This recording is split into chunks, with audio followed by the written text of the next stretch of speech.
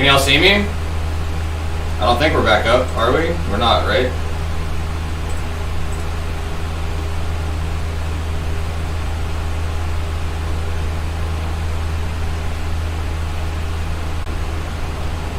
What?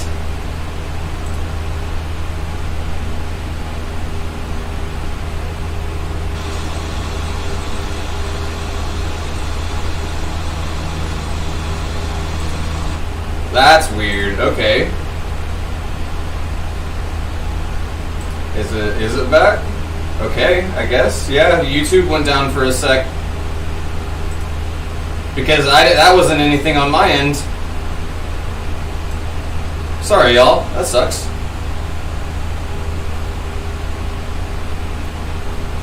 We back though?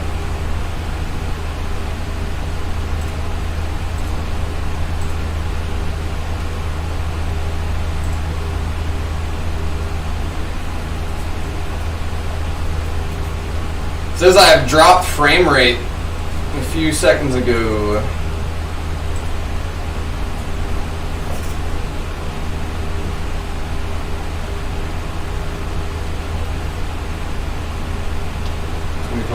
Audio bit right. It's in slow motion? That's not good.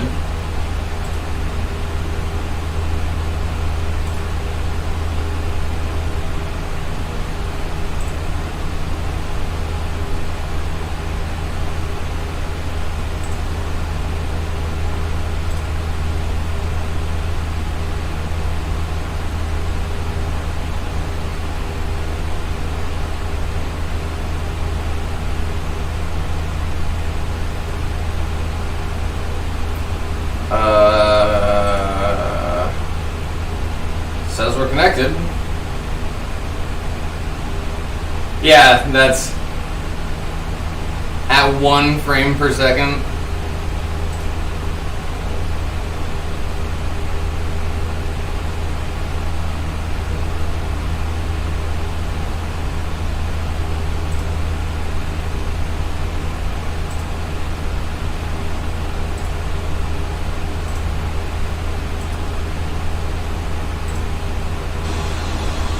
Yeah, that.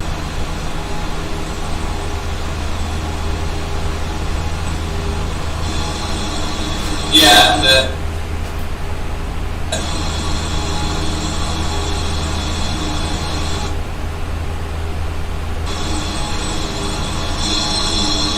Yeah, that. That's loud.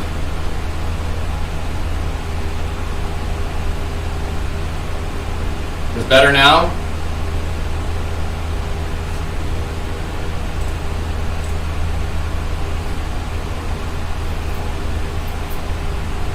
Let me disconnect the other stuff from the internet, I guess.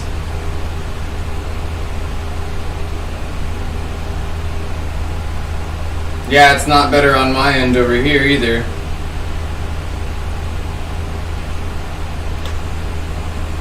What the fuck?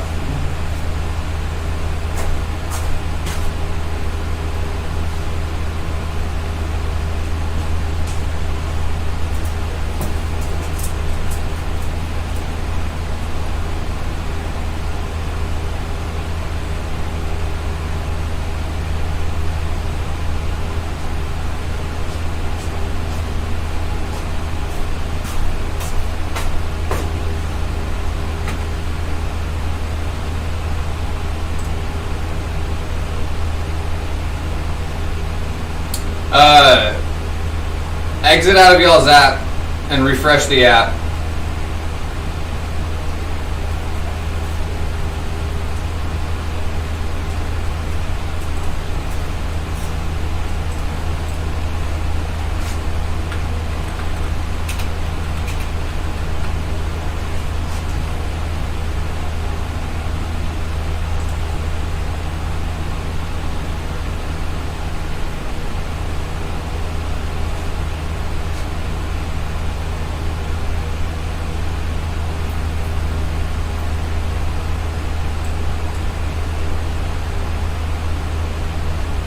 Yeah, because it's back on my stream here.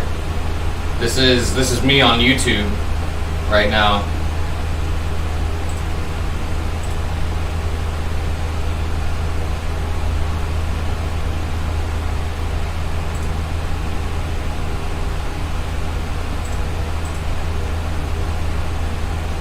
you. We're definitely dropping frames, though.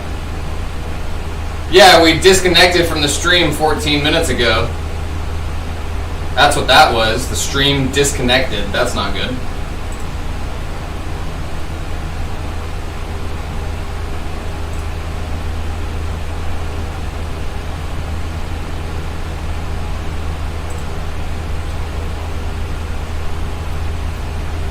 Kitty, thank you for subscribing.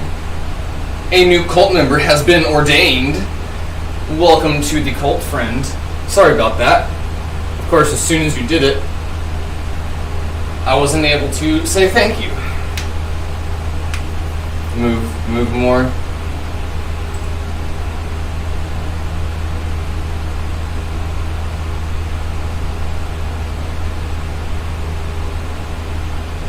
Why do I feel like the latency is still super behind? I feel like the fucking lag in the stream is way longer than what we set it for the other day.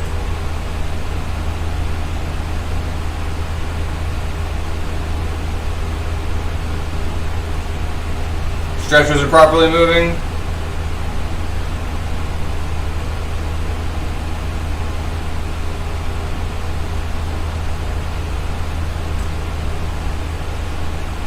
Yeah, who knows? I think that was just... I don't know if that was me or YouTube.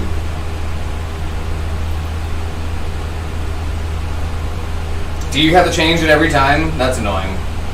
I'll figure it out. I haven't really messed around too much with the settings. I try not to after we get it figured out, because shit like that happens. But yeah, we're back. We're good. There's a soft pink shade to it with a nice bubbly finish. Apparently, the drink was tinged with bubblegum-flavored snow cone syrup. That was weird. It says the stream disconnected. What did this thing actually taste? I was going to say, I think that's YouTube as well, because nothing disconnected anywhere else on my stuff. Because this item was so quickly removed from shelves, there is zero reports I could find on its taste. And I relaunched the stream perfectly. It was fine when I relaunched, but it was just spotty connection. So it was connected, it was just spotty. For sure, Skylar, you have fun, be safe. Recreate and taste the soda, snow cone syrup and all. Let's see their reactions to it. God, it smells so bad. That's not a good start. What about especially for kids saying that too. If kids say it smells like... I know a lot. Okay, it's very clear they weren't blown away. I'm gonna put this somewhere else. I just realized it's an iron-on patch, so if it heats up, it'll start melting the glue. But props to you for being pioneers, boys. As far as I can see, you two are the only people on YouTube to ever taste test this soda. I appreciate you helping us know what this monstrosity of nature tasted like.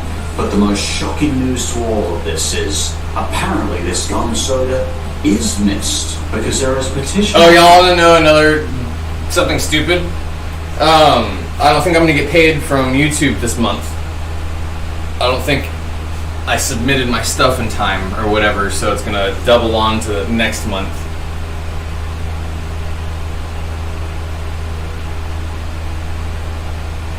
Looks like we're getting other people back finally. Yeah, it's YouTube. It's got to be YouTube.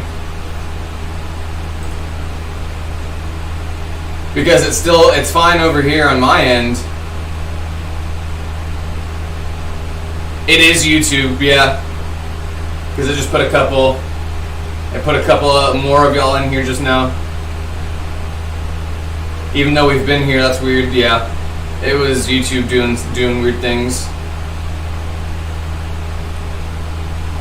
And you know what sucks about that is you lose half your viewers when you crash or when shit like that happens.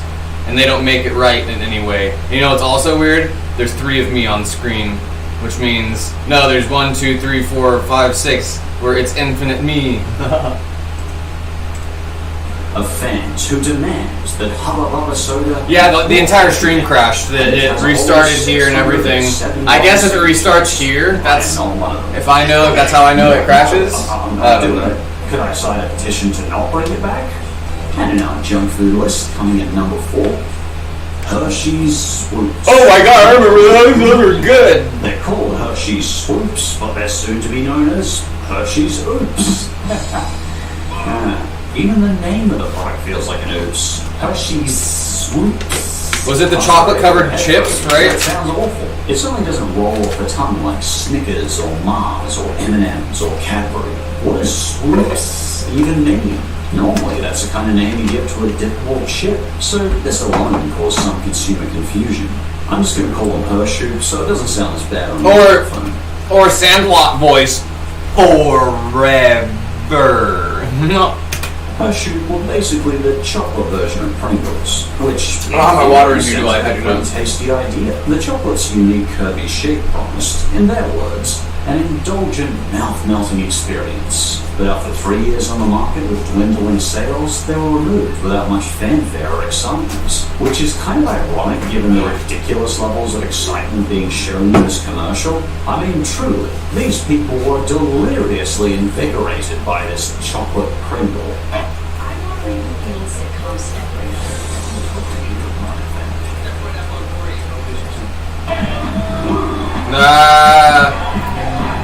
I don't know if I can get this excited about winning the lottery. I thought it was playing a song. They did not know joy in their lives until they tasted the Swoops. It was basically just Hershey's chocolate manufactured in the shape of a Pringle. They came in many flavors, including almond joy, peanut butter cup, and milk chocolates, as well as peppermint white chocolate around Christmas. One of the problems consumers had was there was only 6 per pack. And when you think Pringles, There's only 6 of them per pack? Down like 20 or 30 of them, not 6. Because once you pop, apparently you can't stop. In this case, though, I guess you have to at 6. This Pringles container? Or that Pringles container? And popular fury. Well, not really, but the Hershey's was discontinued due to lack of... I mean, his salami leg, your salami leg, or Carl's shoes. The Hershey's has a massive unheard fan base. In fact, this Hershey's post got a massive 9 likes and 2 retweets. I think it's clear we need a petition to bring the Hershey's back. And for number 3, Milky Bar Lausens. Now this one in particular really interested me, because Milky Bar Lausens were Nestlé's attempts to introduce a new technology that reduced the amount of sugar... What up, Bells? Yeah, sorry, YouTube crash. ...the original sweetness. But due to low demand, it quickly ended up in the candy graveyard. The Lausen tagline was 30% sugar, 100% delicious. Mine. But apparently, many people begged to differ. The bar was milk chocolate at the bottom with white chocolate at the top. Their packaging called it milk and white chocolate in a creamy, tasty center. The bar was announced to be the first in Nestlé's groundbreaking sugar reduction technique, where they hollow out sugar crystals. This apparently gave the sugar a more porous structure and cut the sugar by a third. Sweet. Or so we hope. They're also free of artificial sweeteners. But I like sweeteners, so I don't really care. But of course, the big question is, how do they taste? That's unusual. Well, we're off to a good start. We now know it tastes unusual. Maverick Bailey said it tastes powdery. Apparently it has that cream filling, but that cream filling also tastes powdery. Powdery, a bit like a protein shake. And I think these mixed and mixed reviews were probably a good indication of why this failed. The technology and techniques just weren't there yet.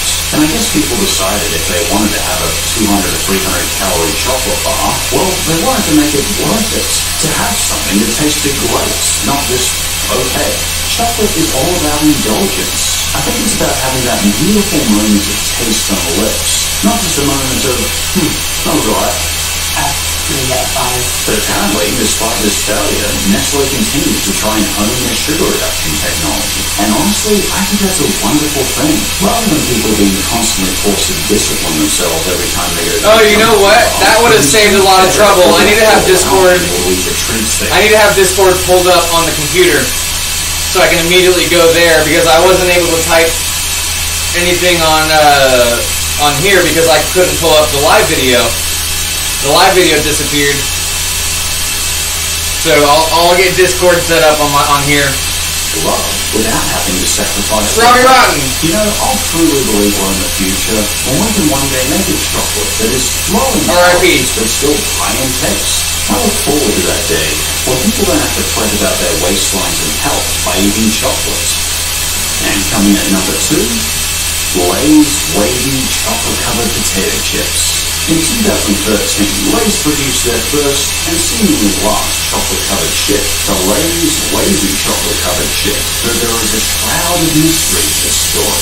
Chocolate-covered chips may sound like an odd combination, but the combination of sweet and savory has actually been around for a long time. A good example might be chocolate-covered pretzels or Ben & Jerry's Chip Happens ice cream. But Lay's were very cautious on releasing these. As chip makers, they hadn't delved much into sweet junk foods before.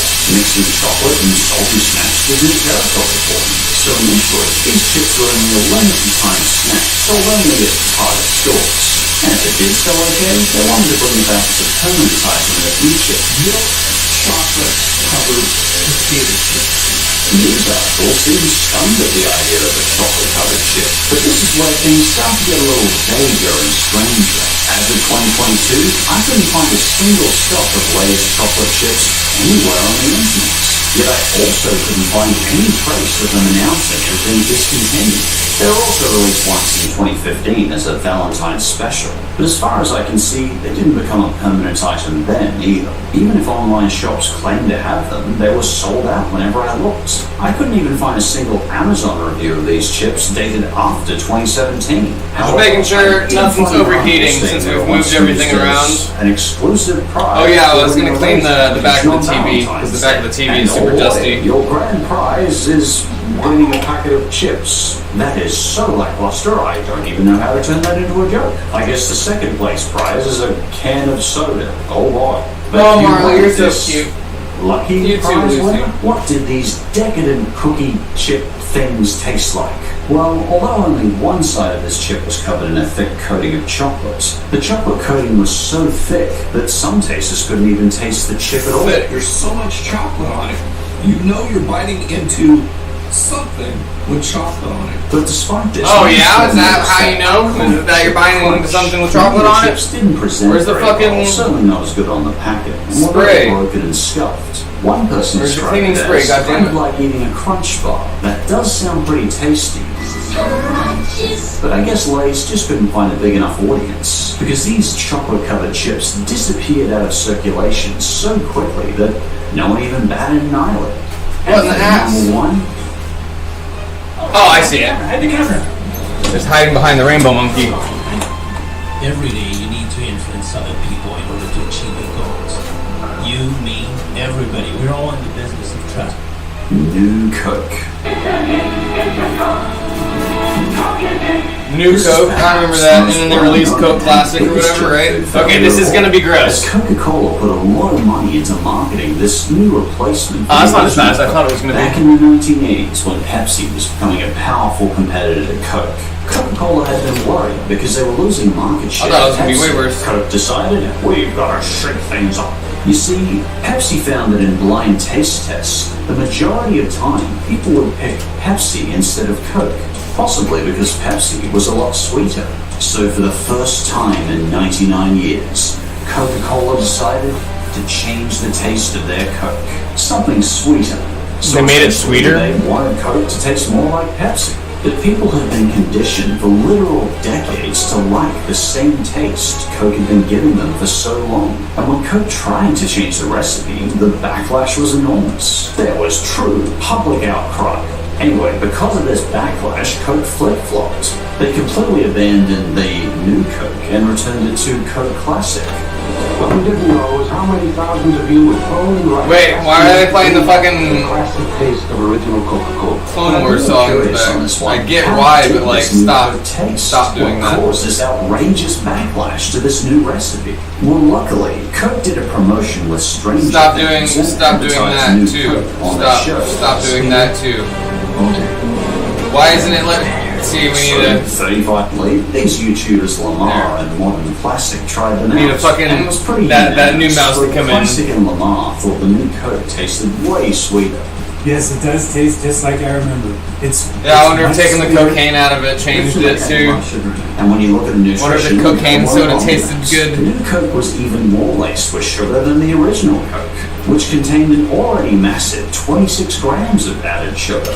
But again, this makes sense because the new recipe was intended to compete with Pepsi's more caramelly sweeter taste. Modern Classic also felt this new Coke lacked in character. Completely, I would say, lacking any character whatsoever. And I think that makes sense because the added sugar probably Right, I want to try them all next to each other. You might get out of new Coke. I guess nothing replaces that bitter battery acid taste that so many people. I wonder if YouTube like actually updated, like if that's what happened.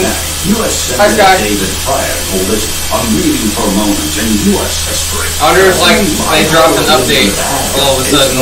Sunday night, that would make sense. Well, and thank you for Sunday joining night me to update. chat about some of these different snack foods. As there have been countless junk food failures over the last century, feel free to let me know in the comments if you think I've missed a particularly bad or interesting failure. And as always, thanks for watching. What should we watch next?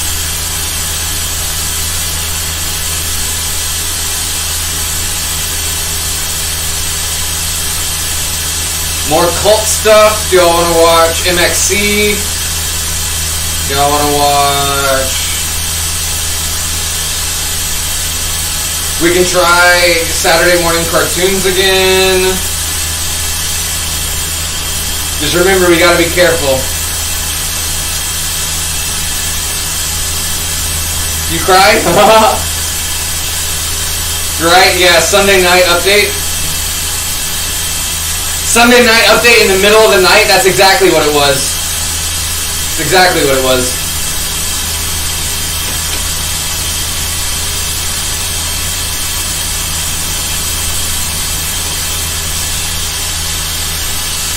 More Bug Wars? I'm down.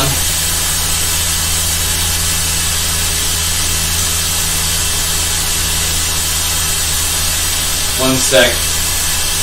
It's gonna take me a few minutes. I didn't think that was gonna end when it did.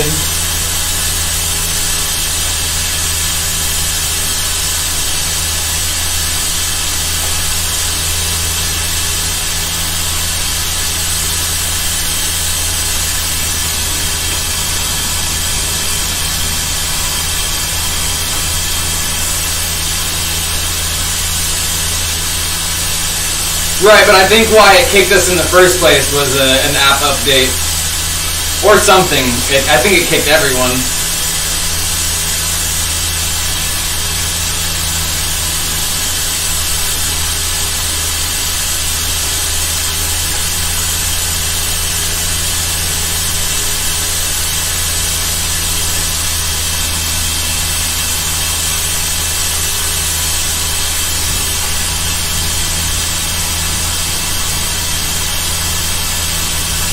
Making the large chamber for the G-Bong.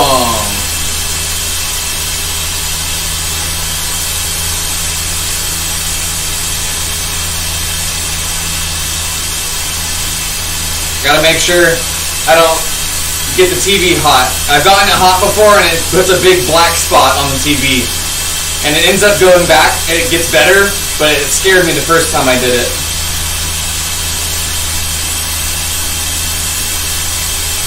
Heats up the fucking glass or something, I don't know, on the screen.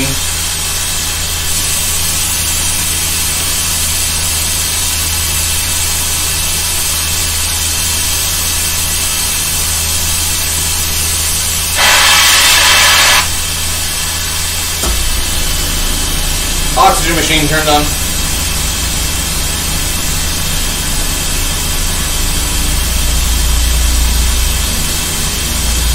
Yeah, I thought I melted the actual like parts on the inside the first time. I've done it a few times and it gets better every time. I don't like doing it, I don't want to do it obviously, but I've done it a couple times.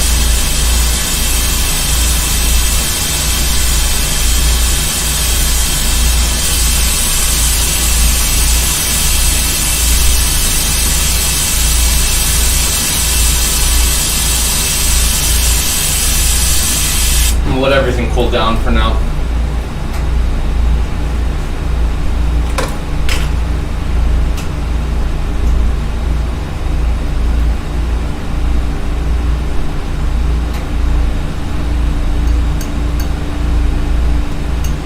This is gonna be a big piece of glass. And And then on the bowl, I still need to figure out how I'm going to do what I was thinking, or do what I'm thinking now. So I'm going to do a Sharingan at the bottom of the so Jibong, with a bowl that you pull off the top, bottom cap, I want it to be the Sharingan eye. But I want to figure out how I'm going to do that. I think I'm going to do a flip image, which is a technique where you draw the image on and you plan for it to be the reversed side. So when you flip it over, the image shows through. You kind of draw it on backwards.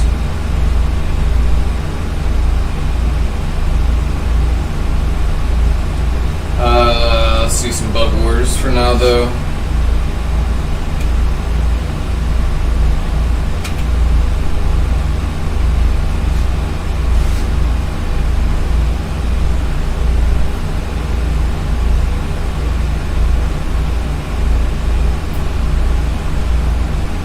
Centipede Showdown. You enter your study notes of summaries into cache. Why? Because other students need these notes. When the geophyllid centipede grapples with a Costa Rican summer spider, its silky skin savagely. Oh, it's a little one. The rainforests of Central America are rife with skilled killers. But when it comes to speed and aggression, the geophyllid centipede is in a class of its own. If you shrunk a freight train down to just a few inches and gave it 152 legs and a hyperactive and aggressive attitude and a pair of venom claws, you'd end up with a geophyllid centipede. The only thing guaranteed to slow this guy down is death. Swift and sure-footed. Still technically Halloween socks. Ooh, look at those legs. This restless hunter can handle not just rough terrain. Look at that. Look at him go. No terrain. Flowing across crevices. Look at those legs. The little legs hang off one at a time. That's adorable. Each body segment That was very is cute. protected top and bottom by armored plates. At the rear, a pair of anal legs. Little legs. Mimics the centipede's. I want the centipede to win. So predators aren't sure which is the dangerous end. They're both the dangerous ends. Those legs become multiple weapons of war. Look at him go. The instant he makes contact with the prey, he wraps as many legs around it as he can and just ties it up. Each one of these legs is tipped with a very sharp claw, so this is like trying to wrestle a snake that's inside of a barbed wire suit. Snake in a barbed wire suit.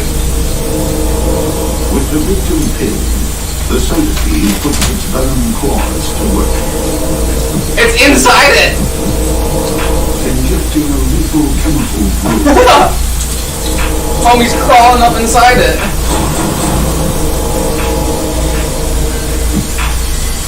Did the fucking Venoms contain a chemical Its called face. hydroxytryptamine, which is the neurotransmitter that we call serotonin. This not only produces pain in the prey, but also increases the absorption of other toxins that break down cell walls and tissue. The thing's face. Oh my god. That's hilarious. Finish off. The centipede starts tunneling through the kinky head and devours its victim from the inside, right up to the eyeballs. Right up in the eyeballs. What up, Cal? Discarded like an empty glove. Cal, we're getting a new mouse. The ruthless hunter is setting. Oh, also, we're working on your piece right now, or the pieces for you. We got a new mouse, and we're getting a new mouse. And the reason I say that is nobody's claimed the double custom cache for it yet.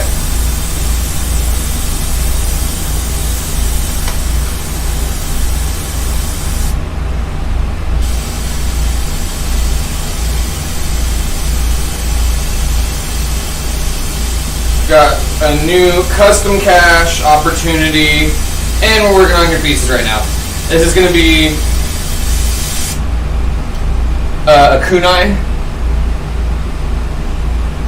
I don't know where I'm going to use it, but I want there to be a kunai. Obviously, there needs to be a kunai for a Naruto-themed piece. Obviously.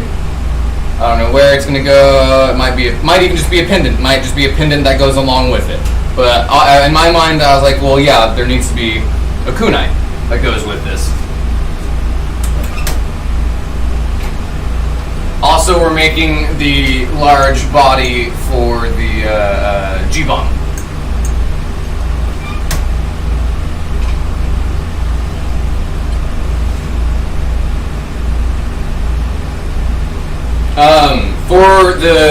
For it, I'm thinking of doing, I just lost the name of it again, the eyes. Sharingan. Doing a Sharingan in the bottom of the piece. Do a flip image, what it's called.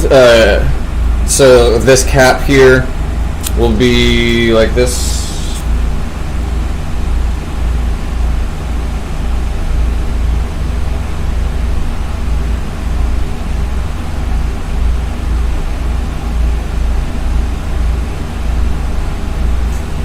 Like that.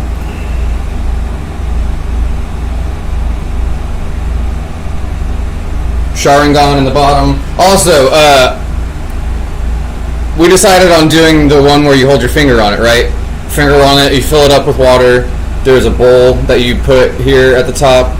Light it, finger off, let the water drain, pull the bowl, and then you inhale from this again.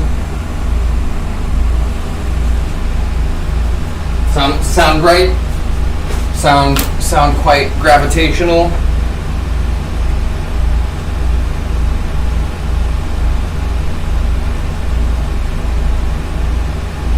I think I might put the kunai on the side of the bowl. Nah, I might put a Sharingan on the side, or not a Sharingan, a Shuriken on the side of the bowl. There's lots of stuff we can do for this. Definitely lots of stuff. Fuck yeah, sounds good. Looking delicate, even free. The Costa Rican Cellar Spider. Oh, dude, that thing doesn't stand a chance against the centipede. Look so delicate, but actually they're really quite tough predators. For this web warrior, being neat isn't a high priority. The cellar spiders build a fairly messy web. They hang upside down in this web, and then they may have lines going down to the ground that are relatively steep. That's cool. You got butt rope. Bug blunders into her gossamer curtain. Those extra long, thin legs start growing silk thread in a rapid-fire frenzy of wrapping. When the cellar spider wraps its prey, it isn't putting out big swaths of silk the way some of the other spiders do. They're essentially just putting out a single one. But they do it extraordinarily fast, and so they can really wrap up and do it fast. But the female cellar spider is about to receive another visitor. The geophyllid centipede is on its way. What happens when the silk stalker is struck by a runaway train? And what do you think cellar spiders... Oh, that centipede is smaller than I thought it was. The centipede could be hog-tied in an instant, and then the only way he could break free would be brute force. Next, the fragile and the fearless face off. Then, a David and Goliath battle to the death. To me is basically freedom. It's a giant open universe where you can do whatever you want. And later, armed warriors go to war.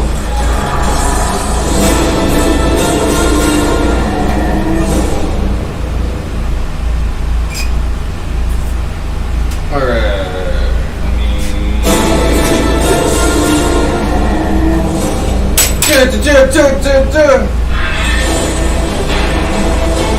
Well, incorporate a scroll in there somehow, Cal.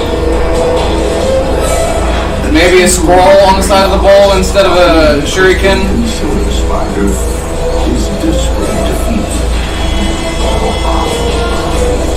A geophyllid centipede is a potential smorgasbord, but it could also make a meal of her. Who's making a meal of who, huh? The cellar spider smothers her enemy with silk before delivering a venomous bite.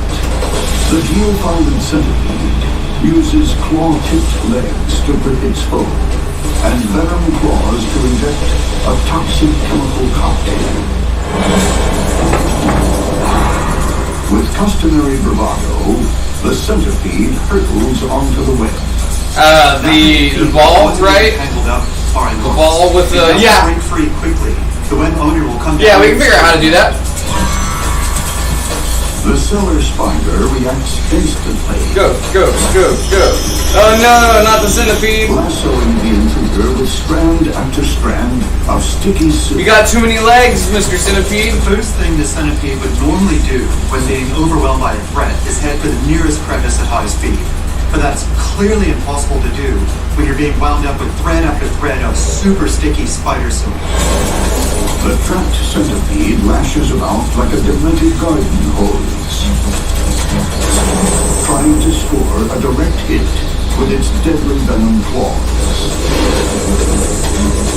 But the spider is always just out of range. This is where silk wrapping with these incredibly long legs comes in handy. She cannot get too close to that centipede. The way she's wrapping is amazing. Look at how fast this is. I like how passionate she is about talking about the butts. Her legs are blurred as she throws silk at a rate of 6 meters per second. But the centipede is just as quick to break. A demented garden hose. I've been described as that once before. Venom claws into the spider. Just one bite will be enough to send the spider upside down. The spider sneaks in several bites, but her venom is relatively weak and slow. Oh shit! But eventually, with her victim's head big and its body twisted like a pretzel, the spider seems to have won. Victory! But like a horror movie, It's still going! the centipede suddenly breaks free once more. This is amazingly risky business with the centipede getting its hands free all the time. She's putting out an enormous amount of silk. At some point, she's going to want Nice, hey, that sounds good, Cal. Her silk stores are used up.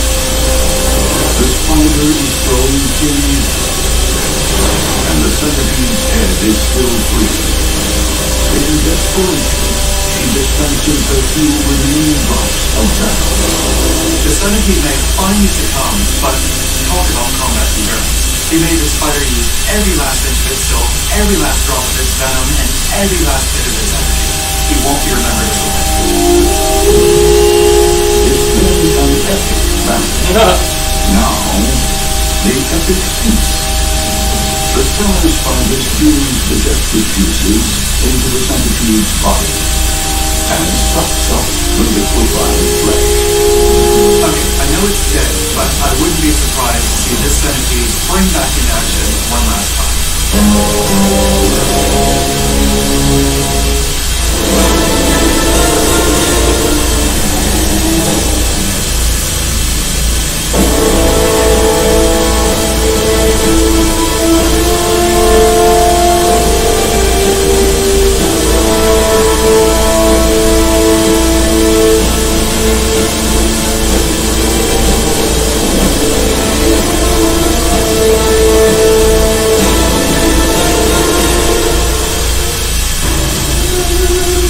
Beneath the scorching desert sun, few creatures brave the outdoors.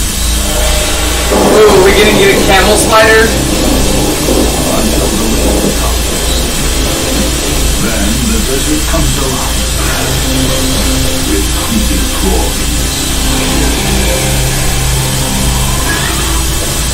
What happens when a desert centipede emerges to find a desert trapdoor spider? There will be bloodshed. Did we watch this one already? We did, didn't we?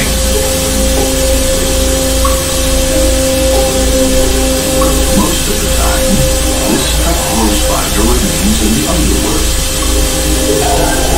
But some rain brings it into the open for a long-awaited treat.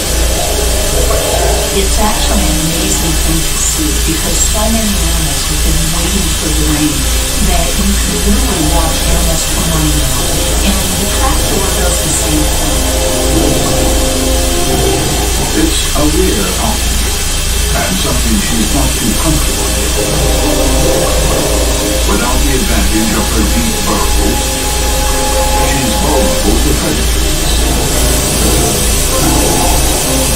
Even though the trapdoor spider is a relatively large spider and a terrifically efficient predator, they're not all that aggressive spiders. Many of the trapdoors stay underground. They're not party spiders that get out and wander around a whole lot, but basically they're living fairly reclusive lives. It's reclusive because the desert trapdoor is an ambush specialist. With two giant fangs that can pierce the toughest exoskeleton. Trapdoor spiders have quite large parallel fangs that strike down. It rears the front end of its body up and then strikes. The trapdoor invests a lot of effort in building its home, so it's going to stay there for most of its life. Desert trapdoor spiders are good hunters. The spider is sitting with its legs touching the different lines coming in and is essentially monitoring the situation around its burrow.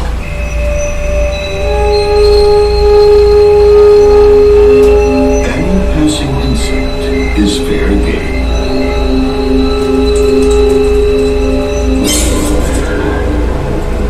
Gripped in an 8-legged vice, this grip it. stands no chance. Oh, hello. Why are you sitting there so cute? Just waiting for me to notice you, Lucy. Huh? And the Just waiting for me to say hi. into lunch.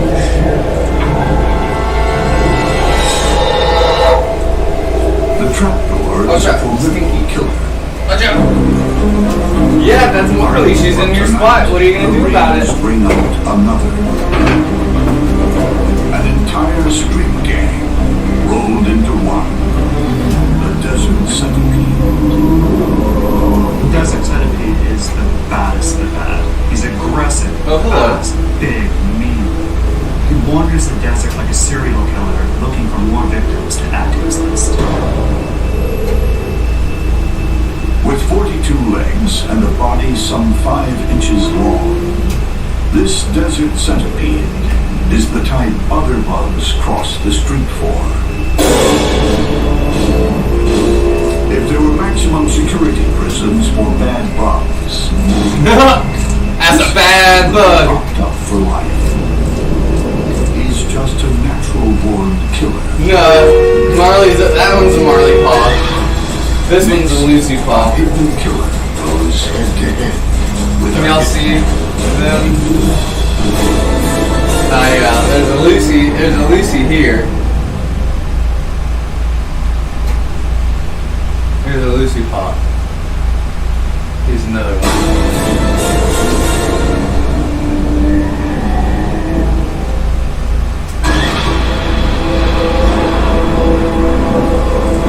Rain has brought life back to this small patch of desert. It also brings death. As creatures emerge from their burrows to drink and hunt. Hey, Lucy, you got stinky breath. Why your breath so stinky, huh?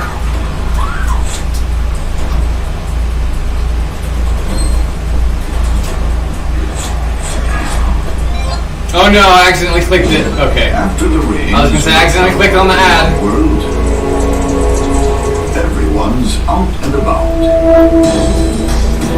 And the most fearsome hunter of all is this desert centipede. With the SpongeBob power of internal steam monologue. and the bloodlust of a serial killer, they don't come more dangerous. Each foot is capped with a sharp spike that pins enemies in a death grip. Up front, Cal, thank you so much for the $1.95, or not $1.99. I appreciate you. silent. Here, let's see the notification. Where is the notification? Why is the notification so delayed? I bet there's going to be a setting for that too. And every time I'm like, oh, I guess it's not going to give us a notification, and it does. But it's not. Why? What? Hello? Why didn't we get a notification for that on the stream? There, see, exactly, like I said, as soon as I start to lose faith that we're gonna get a fucking... Cal, thank you for the $1.99. Alert box.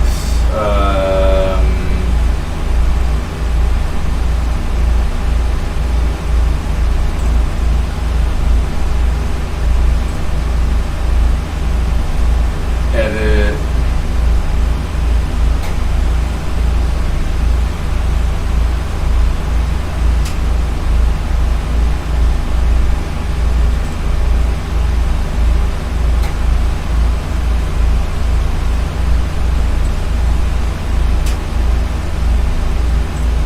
This is where it should be in the widget editor.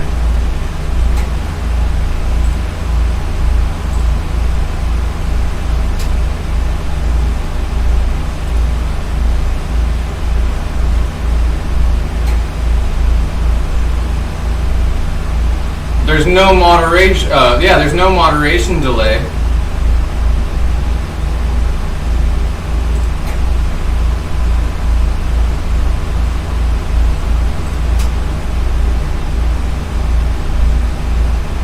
Yeah, there's no delay there.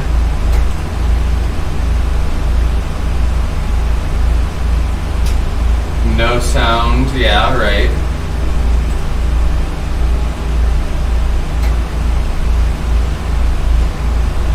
Huh.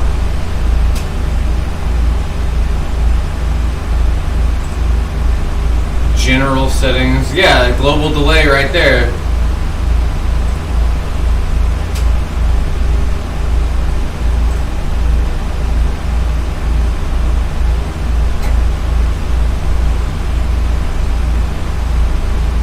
Huh. I mean, so long as it does it, it's fine for now, I guess.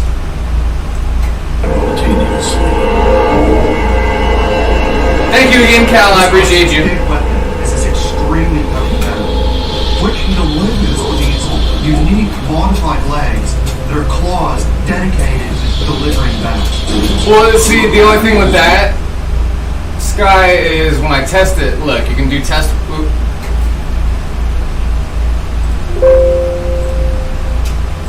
You can do test widgets down here, and so when you test donation, look, that's me testing this.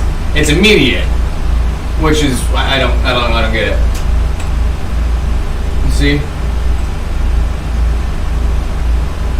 Dang, we're still dropping a whole bunch of frames.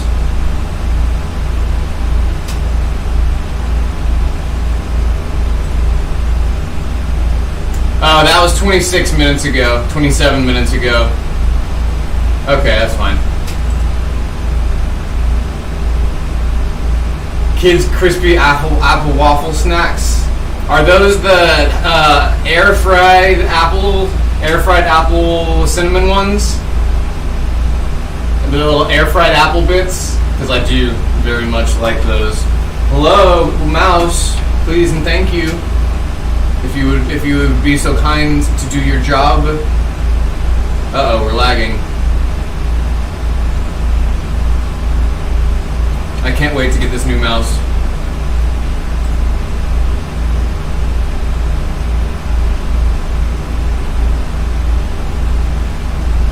Is it the batteries again? Is it just how shitty these rechargeable batteries are? I bet that's not helping.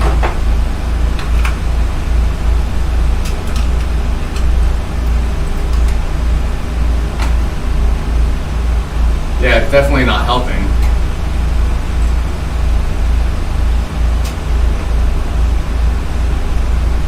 The mouse that we got has a battery inside of it. Hello? Fucking mouse, please. The new mouse that we got has a battery inside of it, so I don't have to worry about that with the new shit.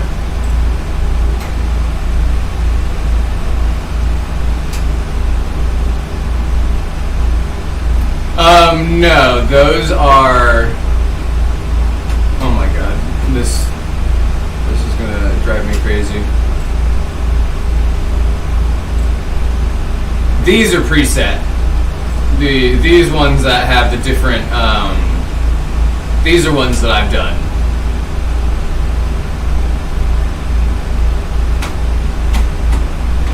Hello? And see, I don't think it's, because what if it was the mouse pad this entire time? But I've used different mouse pads. I mean, I get it if it doesn't like the mouse pad. Look at that, that's funny. If it was the mouse pad that entire time, I'm gonna shit all over the place. But yeah, these, we got the Raid.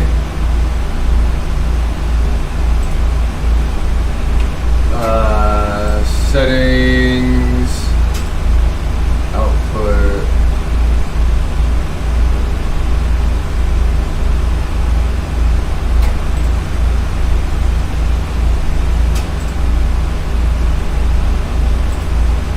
I'll mess with it a bunch more later. I know there's a setting for that, but I thought I had already set that. Which again should just be right here. Open source properties. Delay, general settings, yeah.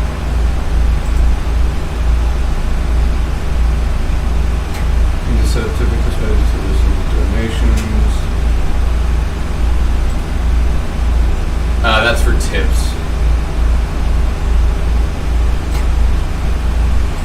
Rarely time to escape.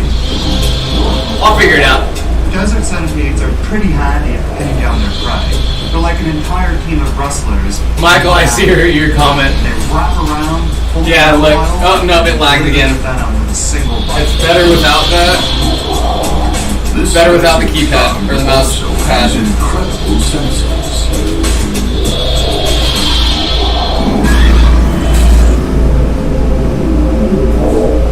Two huge antennae pick up chemical scent trails.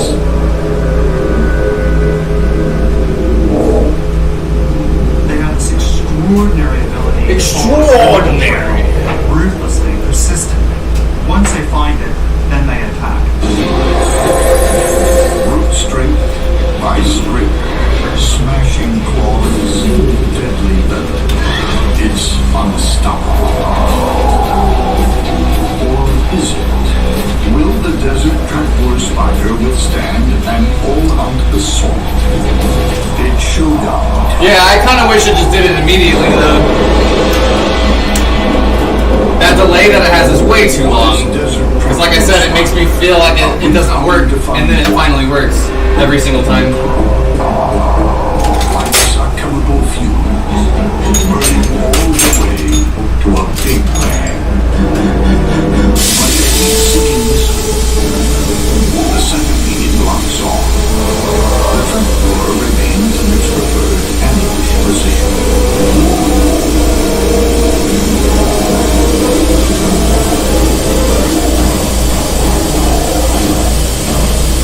If the centipede needs to take a prey out, it'll use its venom claws as a pickaxe to hurry on prey.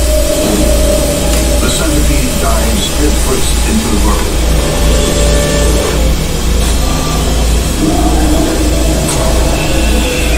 Venom claws smash into the spider's body. Right, Sky? It's always different. I feel like it's always different. Its victim out of the burrow so it can't escape. The potent venom has taken its toll. Yeah, of course, Cal. I would love that. Using his claws like steak knives, the The fucking sound effects. Eats slowly. Why is it making those sounds? The centipede leaves behind this match. Very characteristic. The forensic team came by and looked at this crime scene. By this form of evidence, they would know without a doubt a centipede killed here. Soon, the sun will be out again, and the serial killer returns to the underworld.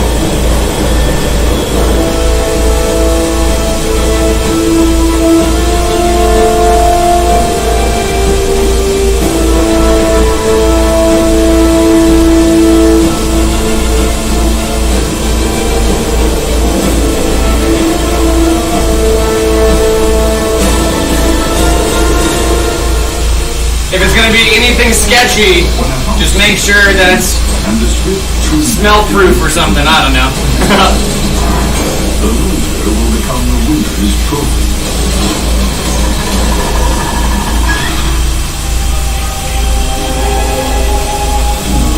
This is a house centipede. A mean killer with just 3 speeds. Stop. Someone once said that being a stranger in a strange land is a thing. Whoever it was, they did it. Fast. And faster. Oh yeah, I see what you're saying, Sky. Since their name is longer. 30 legs. Ah, damn it. This isn't black, this is fade to black. Of an Olympic track and field team. Well, I'm glad I realized that now. Before I tried using it, this is the wrong color. The hind legs are relatively long, so the legs don't trip over one another as they're running this fast. Go, go, go, go! Centipede feels the need for speed. It covers up to 16 and a half. Oh, definitely, hell yeah. I'm fine with whatever, just so long as... If it's gonna be anything like that, it is wrapped multiple times. But I would love any care packages that y'all would send me for sure. It's a unique design where even a couple of spare limbs are put to good use. The centipede has venom claws. These are evolutionarily modified front legs that are sickle-shaped organs that are extremely flexible and are able to inject venom into the prey, plus help tear it apart. But deadly venom and lethal speed are useless unless you can see where you're going. These centipedes Sweet. have huge. Our breaker didn't flip that They're time. using vision to track their prey, and this might be related to the speed at which The they're speed! used. This cockroach would do well to run for its life. But you can't outrun a gold medal sprinter.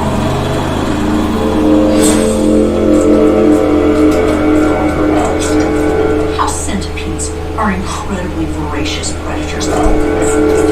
They literally run down their prey. Fast as fuck, boy! Centipede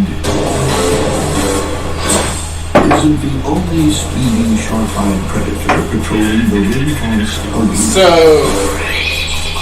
this color is called Fade to Black. of the swift. I don't know if you can see there, right here in the middle. It's actually a little blue. An accomplished all-rounder.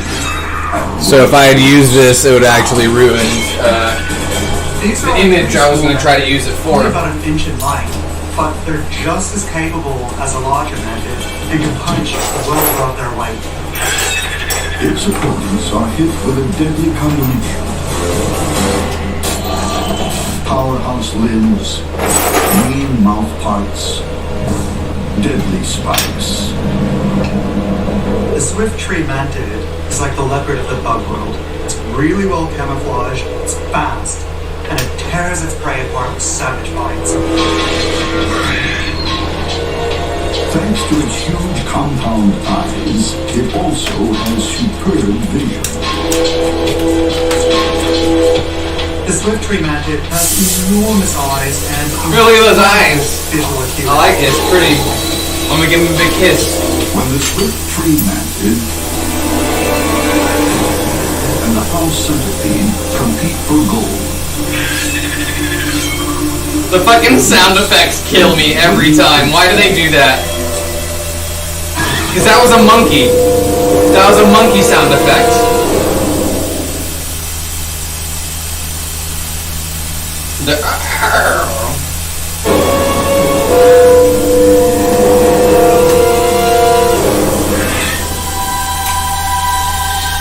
deep in the rainforest arena, Dang it, I knew that was gonna happen. are about to slug it out for the gold medal in combined blood sports.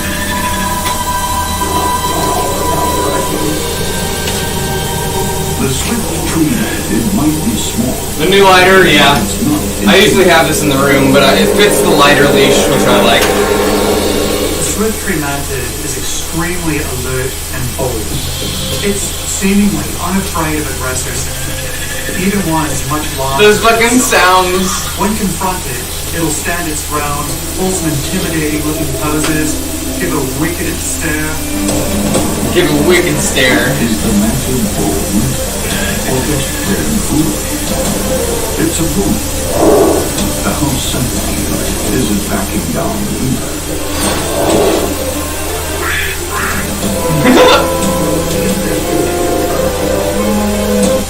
Guys, I know you think all those puzzle monsters, but today I finally found the game. That's like a fucking Momo sound. That's a lemur monkey. It catches the centipede off guard. But the bigger centipede counters and stabs the mantid with its venom claws.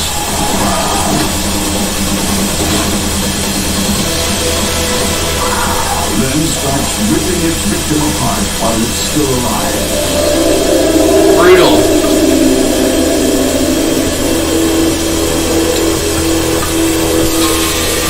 The mantid's insides get sucked up like a sports drink.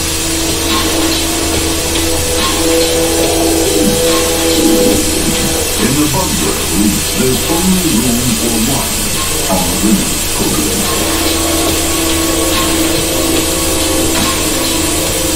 There are no silver medals.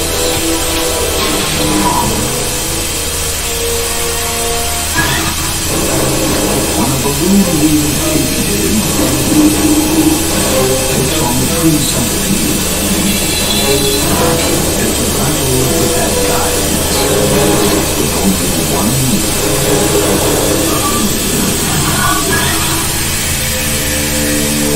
At first glance, it looks like a green leaf, swaying harmlessly in the breeze.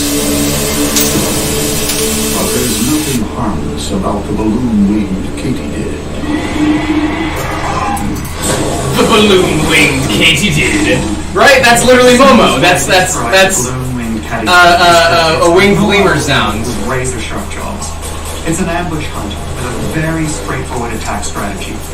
Rush, grab, tackle, eat alive. As a hunter, the balloon-winged katydid has it all. Long antennae. Look at those eyes. Protect prey and danger. I need to pull up the. Huge hind legs. For jumping and kicking. But up front is the serious weaponry. There are 2 rows of massive spines on the front 4 legs, and the balloon-winged catty. No, not Shuriken. Why can't I think of the fucking name? Spiked cage. Sharingan. A fellow katydid is easy meat.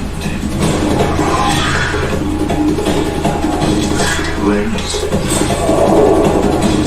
wings, head, gone.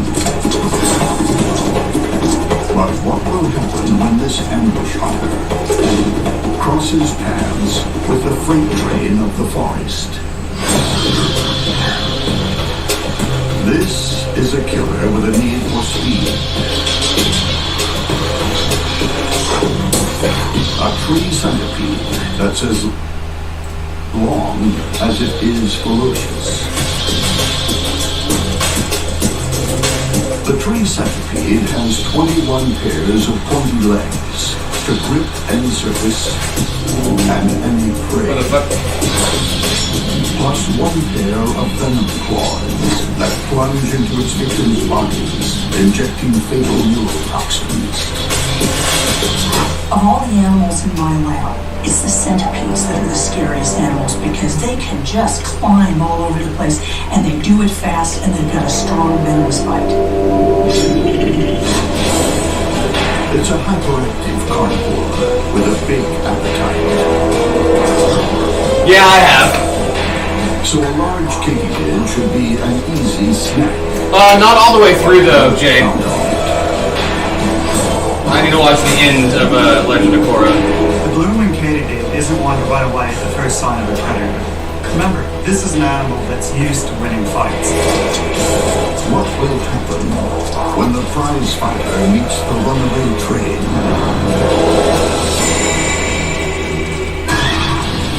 Next, 2 hard hitters go head-to-head. Then, a serial spider hunter meets a forest commando. The fucking metal in the background. Showdown. Claws versus jaws. I did it. That's what I was trying to do.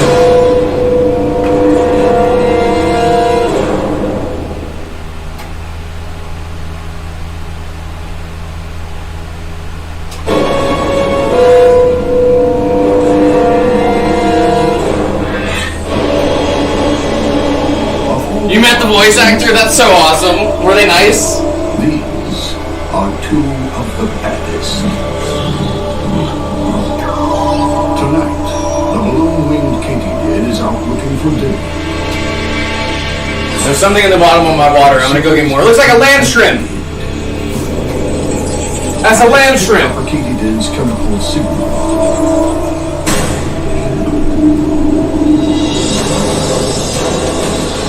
The centipede storms in, but stops.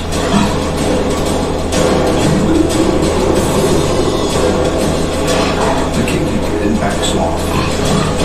It's all the hesitation the tree centipede needs. If it's a large prey item, they will literally wrap around. The back end is capable of holding onto the prey, so they're both wrapping and grabbing with front and back end. Powerful. With 1 trademark blow from its venom claws. Oh, they got a trademark blow, huh? The knockout. The tree centipede is venomous enough that it has a big effect on essentially anything that it bites. Everything from invertebrates to vertebrates. It's a strong, That's hilarious, Jay. venom. The katydid is alive, but helpless. Its savage mandibles and spiky legs are useless.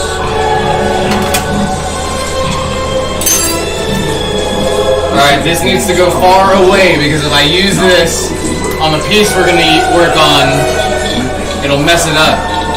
Ooh, look at that. It's gonna take its wing off. Centipedes are voracious predators. By the time she's finished with this katydid... Already forgot that you did it. Oh shit. In Hollywood, the underdog often wins. But when Mother Nature's writing the script, there's usually a sting in the tail.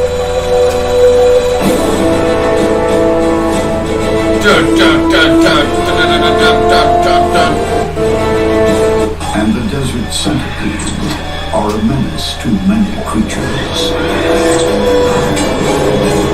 especially each other.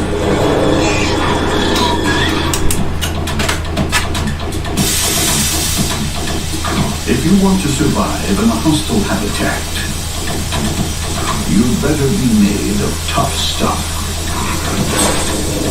And they don't come tougher than the desert scorpion and its superb fighting weaponry. Two main things that scorpions have that are unique to scorpions. First, they have a stinger at the base of their tail that has quite a potent venom. In addition, their palps have been modified into pincers. Those huge extended pincers grab their prey in a vice-like grip. But they're not the only claws. Modified mouth parts mash up the fresh meat and shovel it in. Modified mouth parts. Not all opponents. You got to meet Sokka? That's so awesome.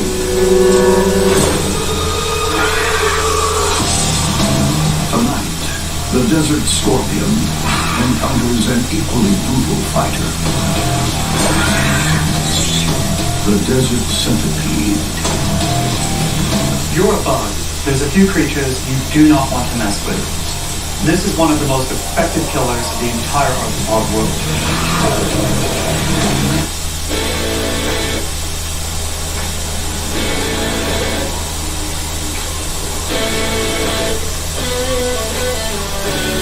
Put your hustle on pause for now.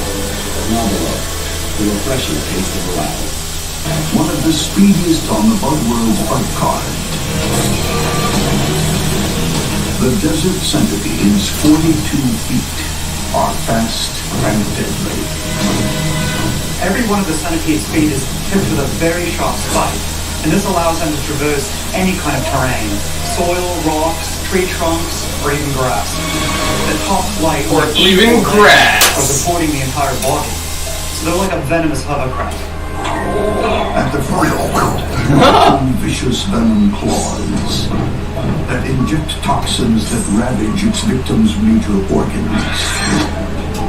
So like its scorpion opponent, the centipede too can finish off a fight with a lethal injection weapon. But they can also use it to rip the prey apart, so they're sort of a biological Swiss Army knife. Tonight, the desert scorpion faces a nightmare A of biological Swiss Army knife. Scorpions. You signed your boomerang? That's amazing. But they're That's not great. that That's great that you brought that. Compare this to the freight train of a centipede. These guys are really zippy. They're strong, and unless they're a whole lot smaller than that scorpion, Run to the bathroom real quick. a steamy, clawing fight to the finish. And later, a blood fest in the rainforest blossoms.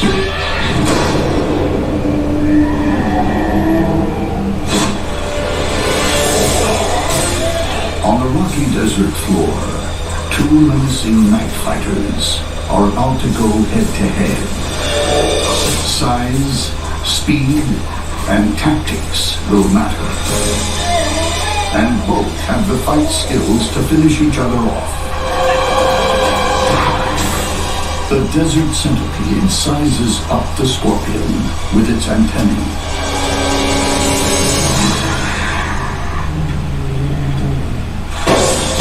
The desert centipede tries a direct hit. But there's no avoiding those pincers. The centipede attacks again.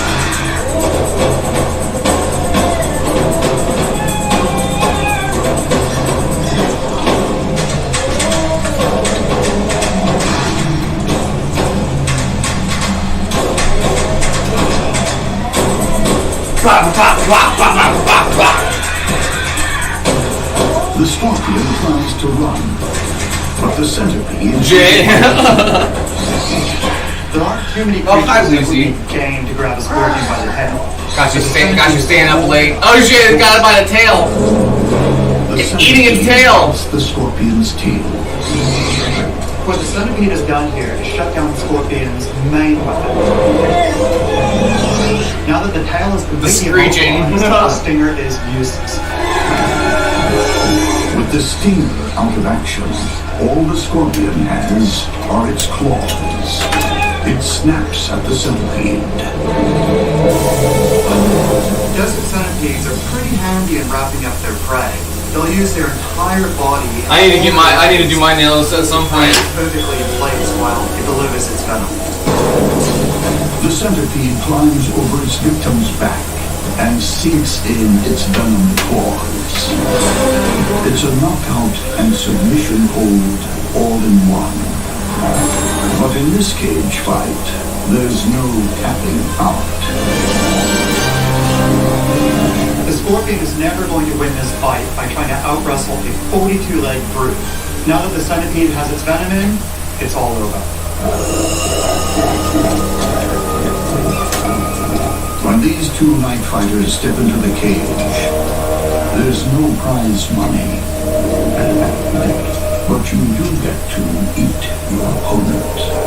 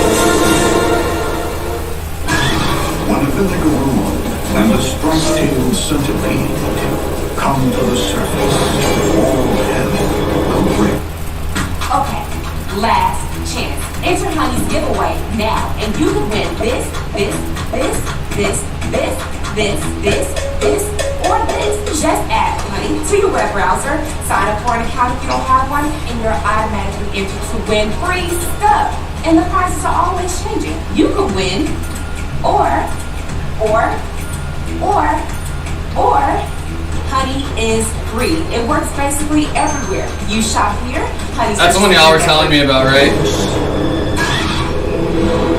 I don't like the feeling of my fingertips on my body. Is riddled with entrances to the underworld. From one dark gash, like some mythical monster, he said gash. comes a striped-tailed centipede. Every night, it leaves its subterranean lair on a mission to murder. A hyperactive hunter plowing through the forest on 22 pairs of legs.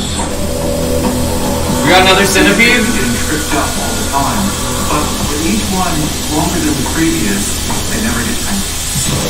The centipede's speed and mobility are even more impressive when you realize it's almost blind.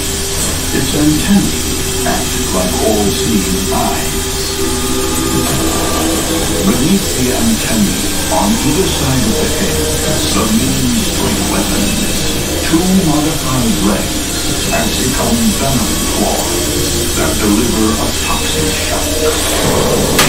Perched high on a leaf, a grasshopper thinks it's out of harm's way. But the striped-tailed express is hot on the striped-tailed express. And severs a hind leg. Now that's poor defense. The grasshopper really should have jumped clear while it had a chance, because now when the centipede comes back, it's not going to have a leg to stand on. Ah! The venom claws now serve as silverware, pulling soft flesh from the exoskeleton.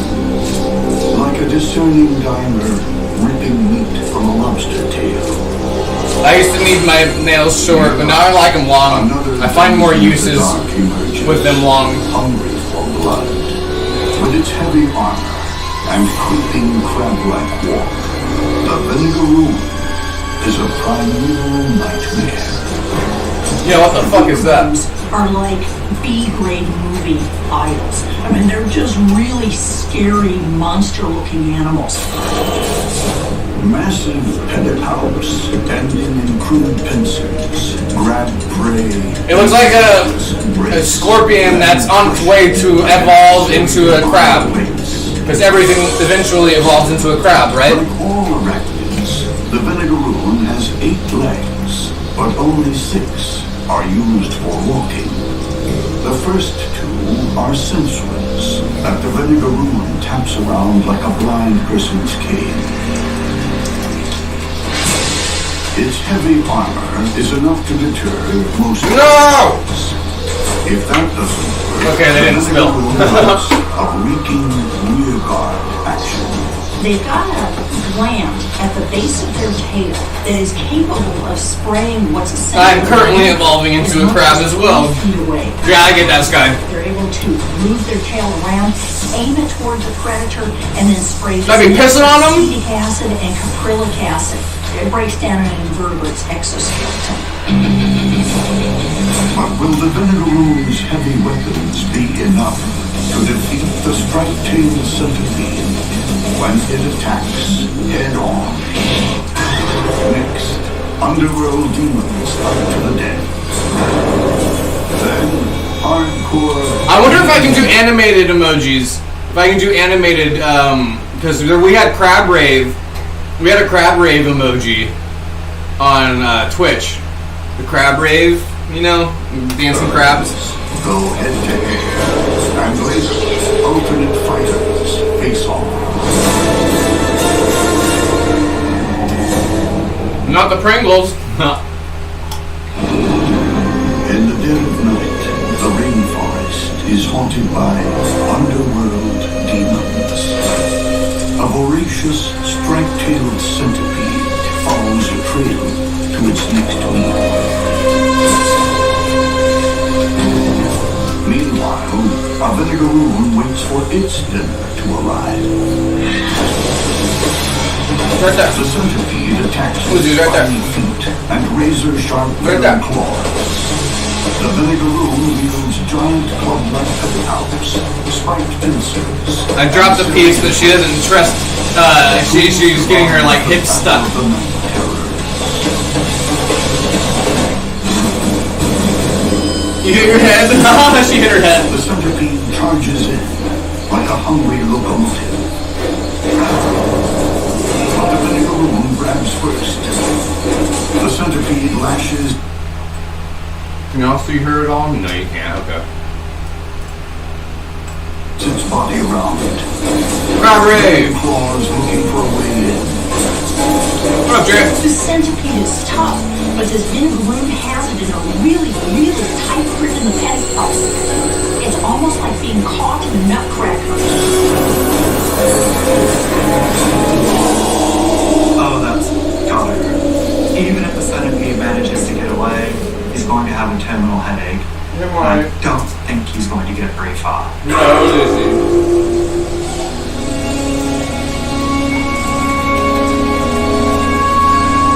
The centipede's legs Scorpion Aquarium would be very cool. as claw-like Crunchy, crunchy. tear into its neck, almost severing the head.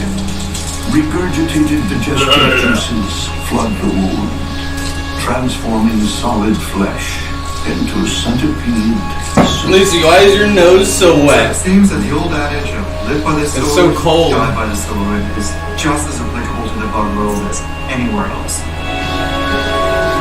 The Venegaroon savors its victory, ferrying its dead foe back to the underworld to feast in peace.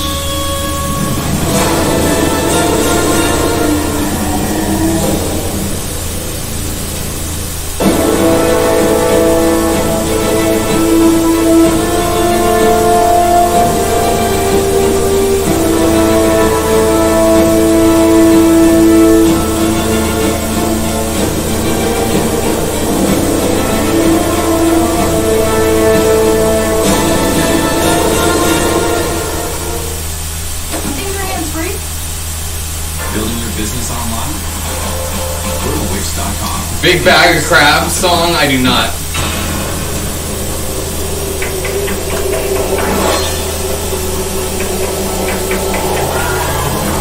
Over millions of years, animals have adapted and evolved an arsenal of deadly weapons to hunt, defend, and attack.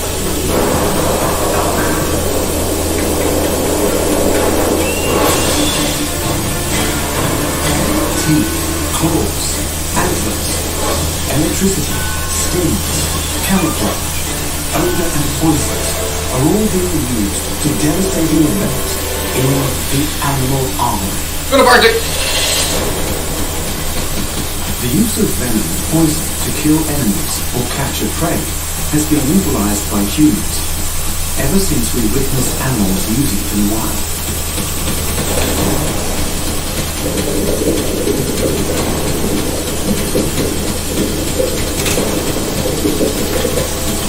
Many animals are venomous, but few are as deadly as bees.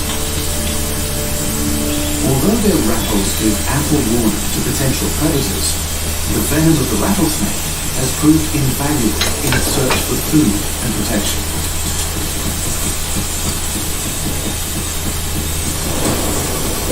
The stonefish is a master of disguise, but when threatened, it shoots out deadly spikes from its back. Your ADHD stuck. I hate that. Painful death.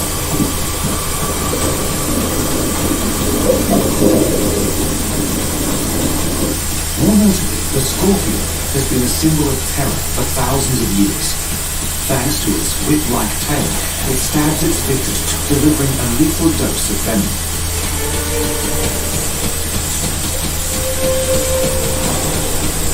Another sea creature with an uncanny ability to camouflage itself is the blue-ringed octopus, whose bite causes paralysis and eventually death.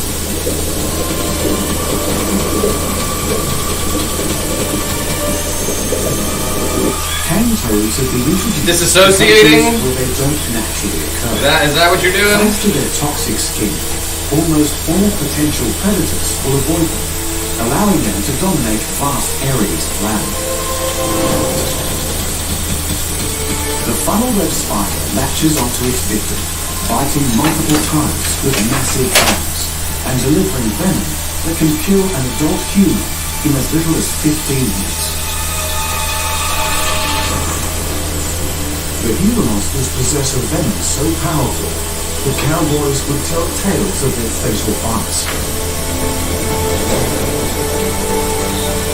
The beaded lizard. And fire ants, despite their size, possess a venom that when deployed from thousands of ants in a single colony, has the potential to kill almost any creature.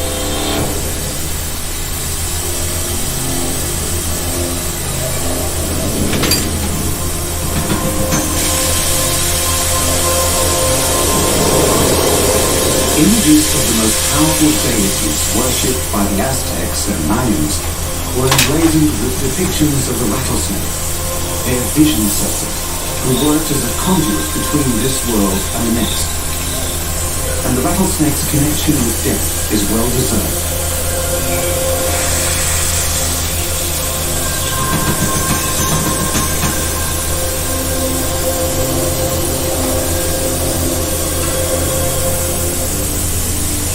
Native to the Americas and ranging from British Columbia to Argentina are 42 known species of rattlesnake. Their size can range anywhere between 1 to 8 feet long.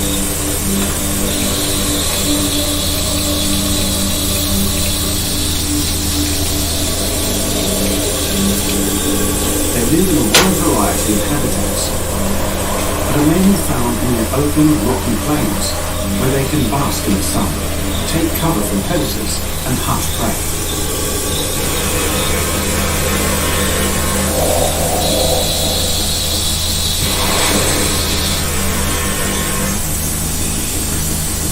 They favor small animals like birds, lizards, and rodents.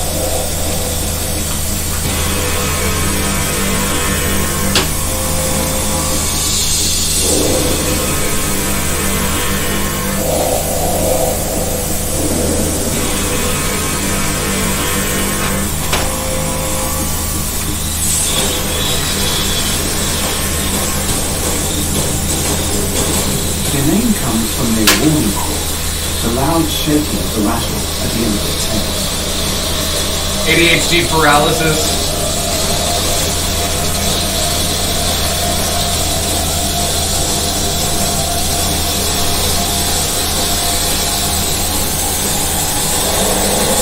Ground squirrels and king snakes, who are immune to their venom, pay no attention to the warning. Ground squirrels are immune to rattlesnake venom? What?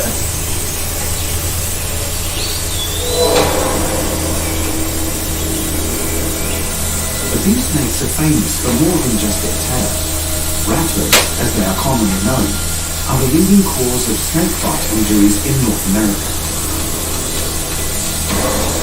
Despite this, it's rare for a rattlesnake to bite unless provoked.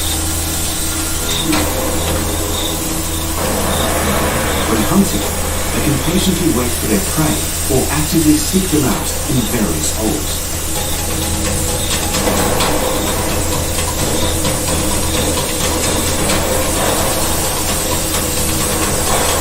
Rather than using constriction like many other snakes, the rattlesnake will strike in half a second, injecting their prey with venom.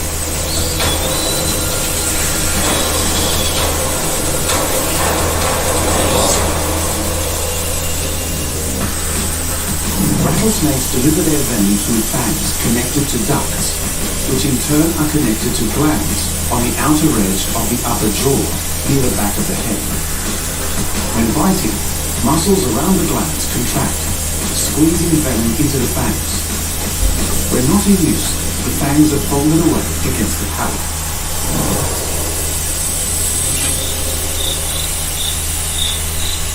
They are born with fully functioning fangs and venom, and most rattlesnakes can even control how much venom they inject. Okay, I really like the way this is already starting. So remember, what we're doing right now is called a flip. This will technically be viewed from this direction, from the opposite direction. You draw it backwards.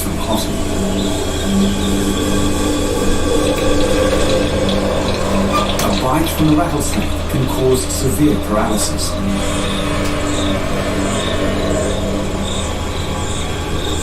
The older the snake, the more venom it possesses. Ooh, good finger pops. Oh yeah, he's eating something. Is that an alligator? It's eating a little lizard, some type of something. I'm here in Rochelle where thousands of families have been impacted by the deadly flooding. And yeah, speaking of, did y'all see about the fucking floods in Pakistan and already been killed by this disaster. Homes have been washed away. And the riots in Iran? There's a lot of stuff happening in the world right now, but more than half of the fucking country is covered in water now in Pakistan. Including tents. That shit's wild. It's crazy to think about. Half the country is now covered in water. We can continue to help. We have the thousands of people who need emergency relief. Just something to be aware of. I can't afford to donate, but always nice to be conscious of things that are happening. The snake's prey doesn't immediately... Oh no, little bunny, get out of there! To escape. But it doesn't take long for the venom to act. Through scent, the rattlesnake can track its prey until it eventually dies. Really? It can track it by scent? I did not know that. Using its tongue and prodding with its snout, the rattlesnake locates the head of its prey and consumes the creature whole. Oh, interesting. It's like oozing.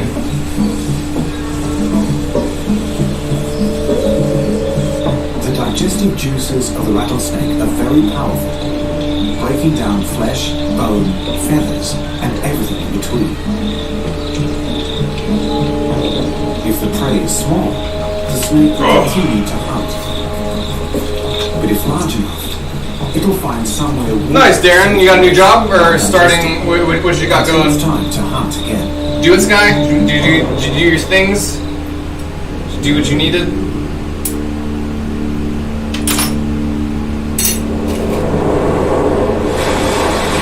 For millennia, the Australian... Yeah, I've seen that. That's a big thing happening right now. Well, because they have, morality police. They've got literal, like, stop and frisk, Gestapo-style police, and what's happening in Iran is this peace force, the morality police, actually arrested a girl, and she died in their custody. And people are like, first of all, we shouldn't even have morality police in the first place, but now you're telling us somebody just died in their custody and there's nothing being done about it. People are, Iran is under major protests right now, trying to reform their entire government, pretty much. There you go, Sky. You get to reward yourself now. Why the fuck isn't Donald Trump in jail yet? After all the stuff has come out about him having the classified documents and shit.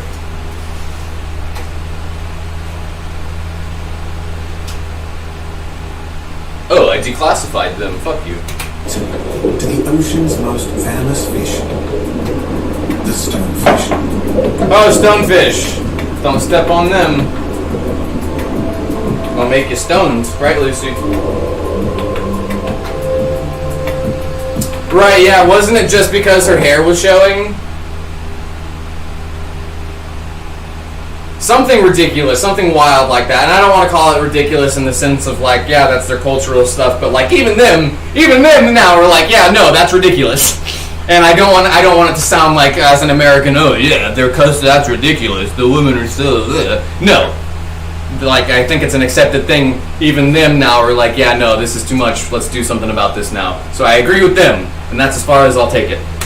Because after 9/11, I feel like the rhetoric around any brown person who's from the Middle East is one of negativity from the U.S. perspective. So anytime you criticize it, I feel like it has a big layer of that built into it. So I always try to preface it by like, this isn't anything to do with this, but yeah, you know. Found throughout the coastal regions of the Indonesian. Right, Jay. I think that's what they're going for, at least kind of right now. They're doing all this to make sure that if he does run for re-election, that he won't win, first of all, but after they can actually charge him with crimes. If he does run for re-election, he what's wild is I think he would actually do not bad. So Ron DeSantis is the only other one I could see going up against him, but I feel like if Trump were like. And what's wild is nobody's announced. Nobody's announced on either side who's going to be running for the next election cycle. I think they're waiting. I think either side is waiting for the other one to announce it. Because yeah, Joe does not need to run again. I don't want Kamala either. I don't know who. I have no idea who the Democrats would run. Other than maybe like AOC, Alexandria Ocasio-Cortez, but she's young, and that would take a lot of doing. That would take a lot. I feel like that would have needed to already have been announced for that to be successful. That already would have needed to be a thing. I don't know who either party is going to run as of right now, right?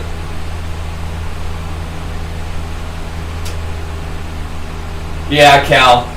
I doubt anything big will actually even happen. I think the furthest that'll happen or that'll go is emoluments clause or something like that, to where he won't be able to actually run for an elected whatever. But I don't think he's ever going to actually see jail time or anything like that. Too rich, too powerful, too many connections. Yeah, I want someone new as well.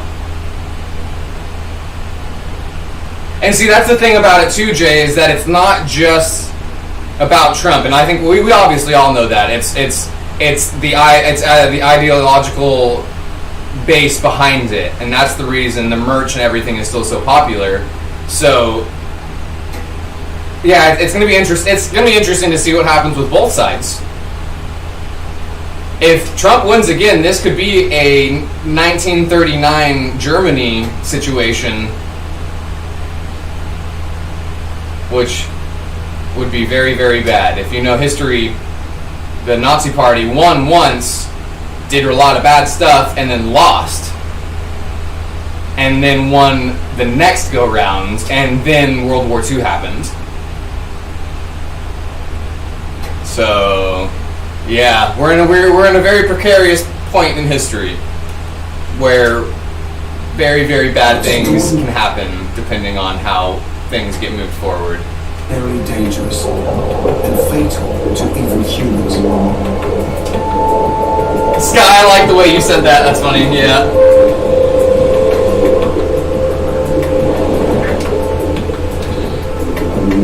Look at that rockfish.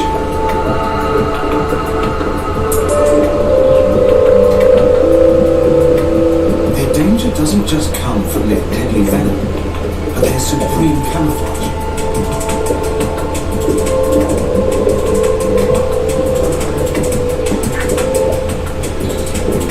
I have a feeling they're gonna run Kamala Harris, honestly. Are often brown or grey with patches of yellow, orange, or red. I mean, that makes the most sense if you think about it. I wouldn't vote for Joe again. I mean, if it's the only choice, then Lucy, your mouth is so wet. Please don't put your wet mouth on my hands. If that was the only choice, obviously I'd vote for him again. But I feel like they're gonna run Kamala, which I also don't like. I mean, again, if we're left with those choices, obviously I'll vote for them. The last time I did a protest vote was when Trump got elected, and I regret more than anything not having voted for Hillary at the time, because I was obstinate and I was like, I'm not going to vote for her, that war hawk, I'm going to vote for Gary Johnson. And then, yeah, that was dumb of me. Be mistaken for rocks or coral. Yeah, history always repeats itself. That's what I'm afraid of. Because if he gets back in power, if he gets back in position, all of what we found out about what went on during his term will get swept under the rug. The fact that we still haven't figured out who owns his debt, and that is looking like Russia is the owner of his debt. The Deutsche Bank situation, where nobody would lend him money, and Deutsche Bank was like, okay, we will, but it's not going to be our money, and it's dark money, and it's not any small amount of money. And then he started building golf courses on that credit from that bank, and promised multiple golf courses for places like for places in Russia, Israel, and Germany. But the German golf course was going to be for Russians. If he gets back in place, it's going to be bad. It's going to be real bad, real bad, very, very, very bad. Not good at all. Bad, not good. On average, they grow up to 14 inches. But they've been documented to grow up to 20. That starfish is trying to hitch a ride on him, and he didn't like it. Did you see him swim out of the way? Does that one have an eye? Oh no, its eyes are up here. I forget that it's got weird eyes. Usually found amongst rubble and coral, under rocks or ledges. Yeah, send me into a new timeline. I'll take a new timeline, please. While some prefer to bury themselves in the sand.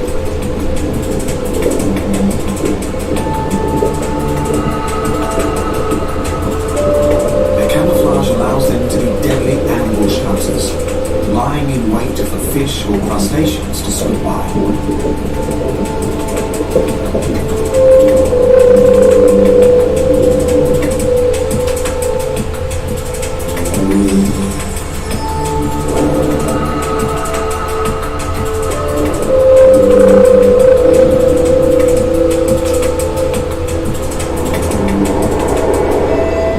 Known as the world's most venomous fish, one may think the stonefish uses its venom to hunt, but this isn't true.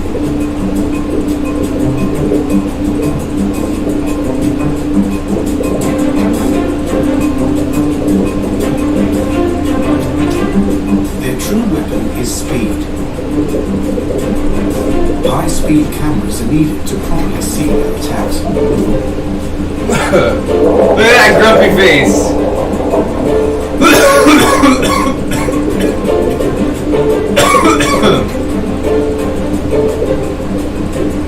Sky.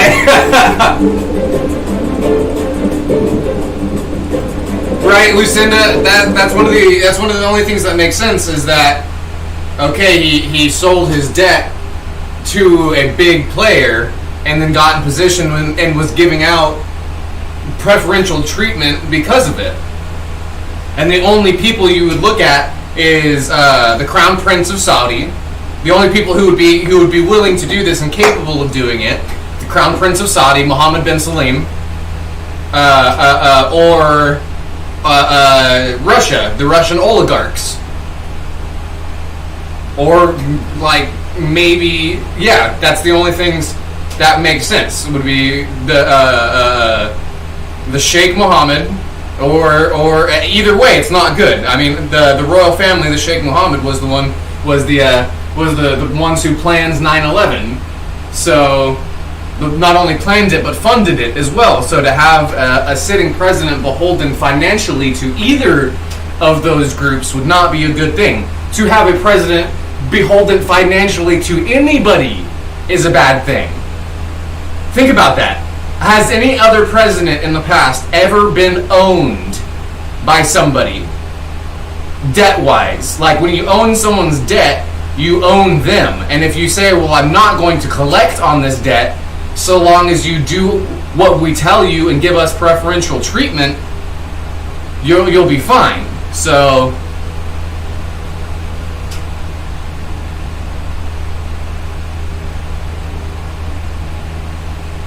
it's not, and that's why I haven't gotten the tax returns still. New York is still in the process of doing that. Tax returns and the Deutsche Bank situation, the dark money from Deutsche Bank. Where did the multi-billions of dollars come from that no other bank would lend to him? No other bank. And why did they agree to it? Questions that need answering.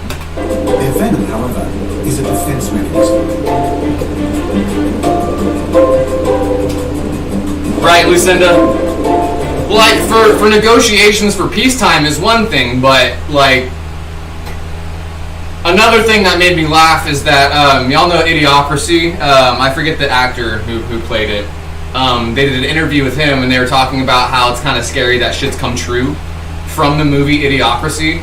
And he was like, well, you know, one specific instance of that I was watching in the previous administration, and someone from Carl's Jr., who literally had no experience whatsoever, received the cabinet position, which is exactly what happened in the movie Idiocracy. Brought to you by Carl's Jr. It was a joke.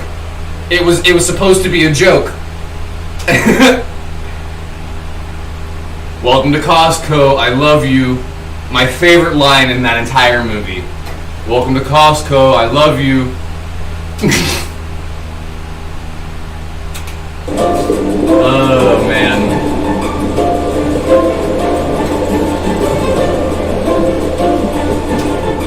When preyed upon, the stonefish first rely on their camouflage.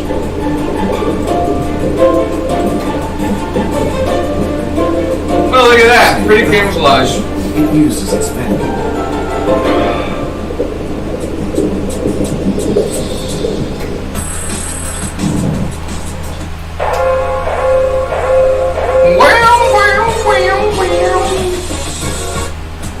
That was a fancy advent calendar. Possesses 13 rigid dorsal fin spines, capable of injecting its venom. When disturbed or threatened, it will raise these spines to pierce. Like the fucking underground music they've got going on right now.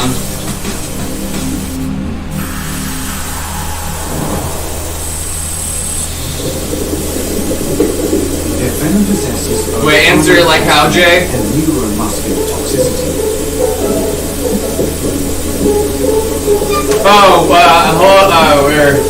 Hello, this is Blank, I love you. I'm gonna see how people respond. Often, the stonefish is the last meal for unsuspecting predators, or a painful reminder to people wading through the ocean.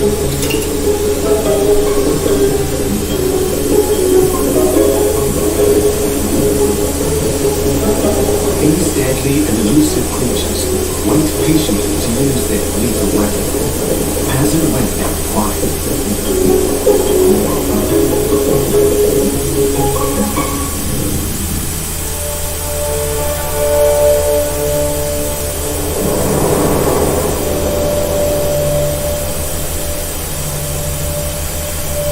Often referred to as ancient animals, scorpions have existed for over 400 million years, predating the dinosaurs. They have always struck terror in the hearts of people, thanks to their fearsome look and venomous sting.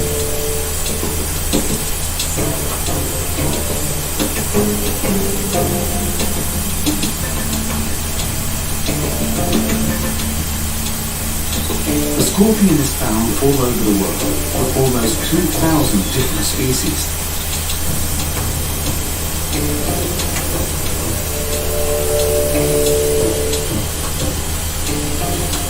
Able to live in most environments, from deserts to jungles, scorpions can live through anywhere from 6 months to 25 years.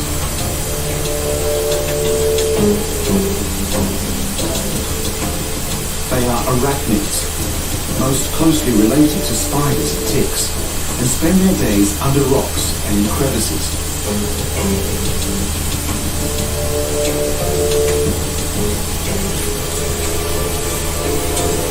It's in the night, under the cover of darkness, that the scorpion hunts.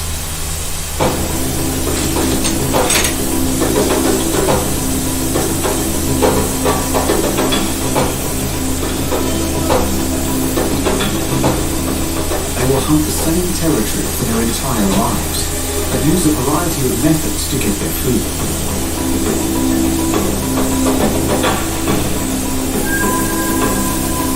Most scorpions hunt insects and spiders using their venomous sting.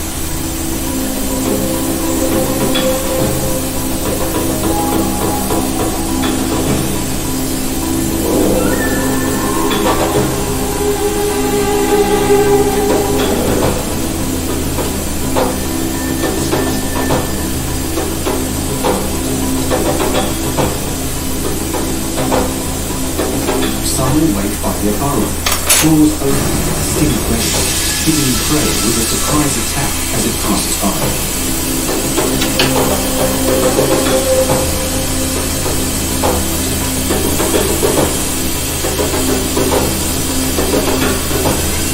Others actively forage for their prey.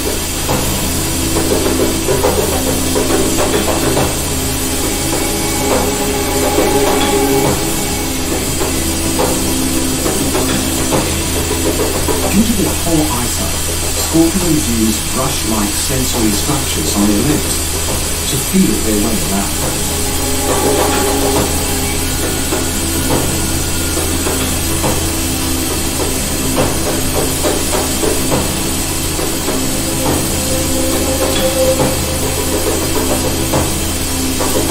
In carnivores, their diet consists solely of the animals they catch.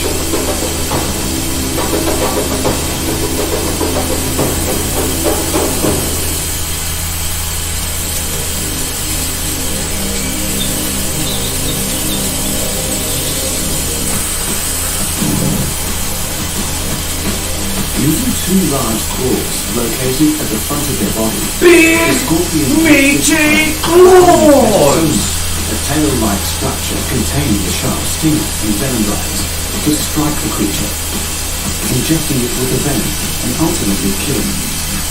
Look, if you knew there was a government-funded education grant, they couldn't deposit up to $38,070 down with printed with anything. Oh, I almost fell off the back of the stool. Thanks to their venom, the scorpion can eat undisturbed.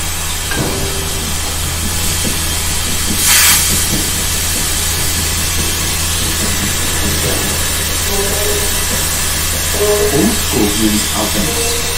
They have multiple toxins in their venom, each with a different effect. Only a select few of the species have a venom that is potent enough to kill humans. Scorpions have tiny venom, only capable of sucking up liquids. Hope you had a lovely sleigh.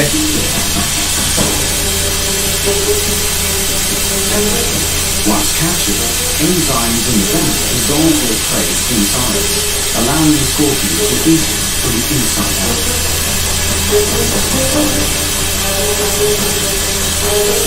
They don't eat often, only once every 2 to 3 weeks on average. Definitely Mr. Crab's nails. Due prey, but also for protection. Predators like centipedes, shrews, owls, bats, and coyotes all prey on scorpions.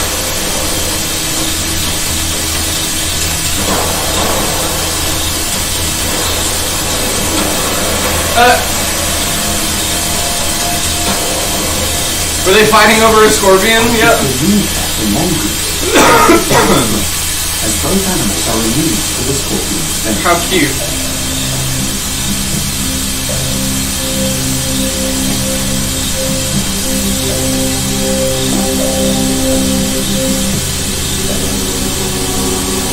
Other male scorpions are also a threat. When one finds its way into the territory of another, they may fight to the death, with the winner eating the loser. And they're UV reactive.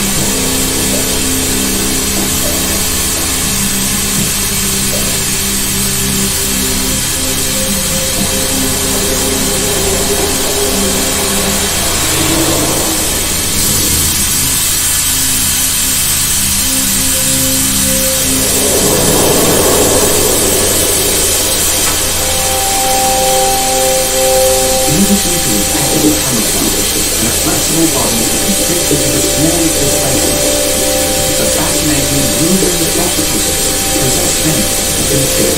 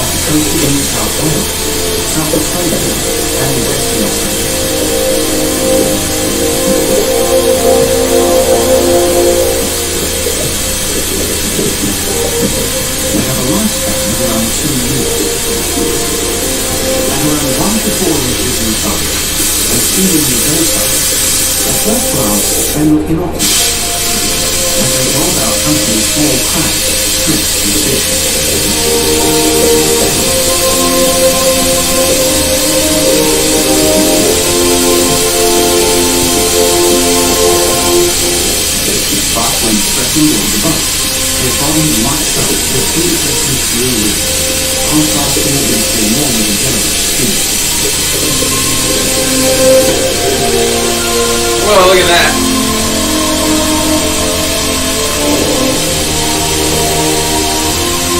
Pretty octopus.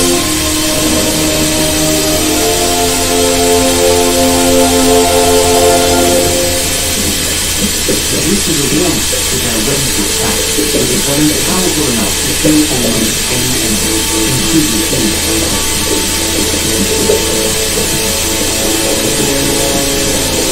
Like other octopus species, Smashing! all kinds of blue-winged octopus make the most of their surroundings.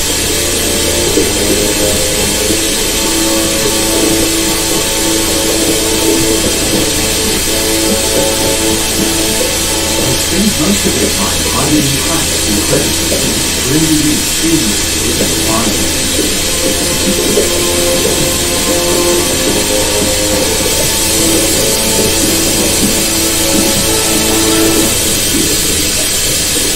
This protects them from predators like more eels, groupers, It's amore.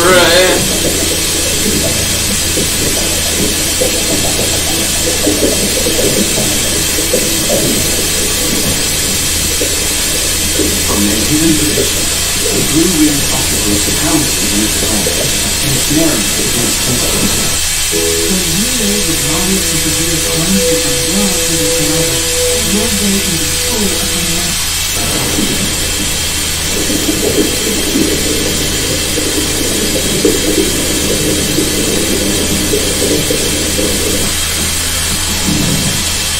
The mouth of the blue-ringed octopus is a horn-like leaf located at the center of where its tentacles meet.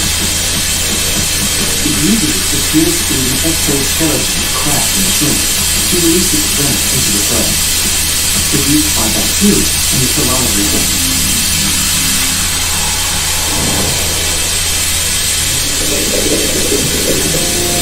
The venom contains tetrodotoxin, a powerful neurotoxin that paralyzes muscles and organs while the victim is still conscious. It isn't long before all the organs are paralyzed. Nice, Arctic trap save.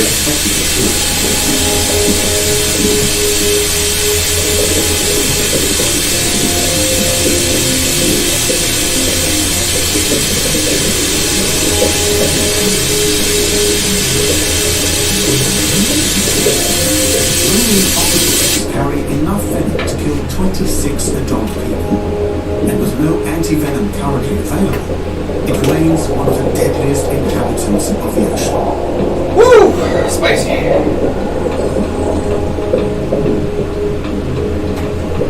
This is gonna look so cool. So far, we have witnessed 4 animals that use venom to hunt and defend themselves. But remember, again, the image is actually on the inside. The rattlesnake dominates the Americas with the toxic venom it delivers through its fangs, following a warning from its rattling tail.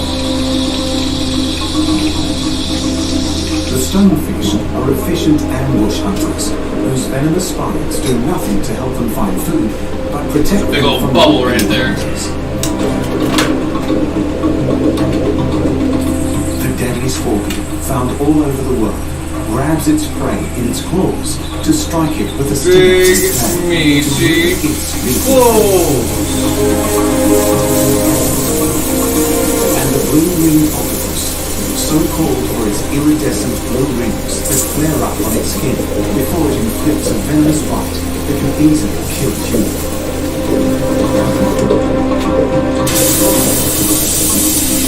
These are only a few of the animals that use venom in their hunting.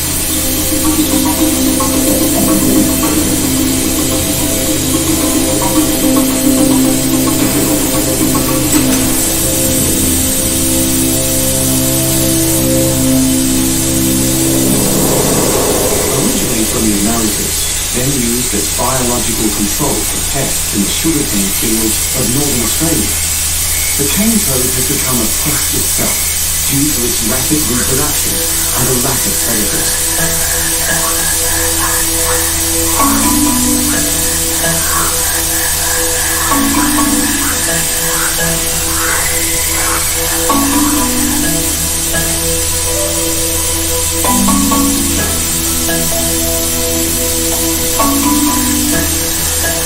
Sky, I've been there.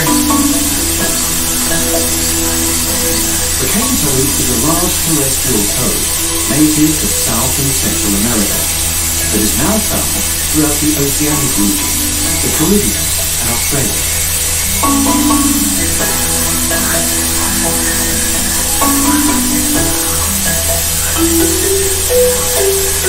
Females are significantly bigger than the males of the species, with an average length of 4 to 6 inches, and a life expectancy of 10 to 15 years in captivity.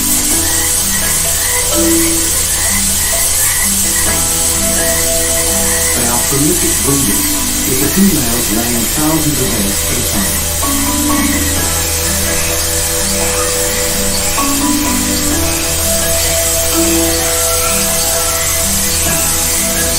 The penchant to breed has made them invasive pests in countries where they've been introduced, where they were intended to combat other pests, like the cane beetle.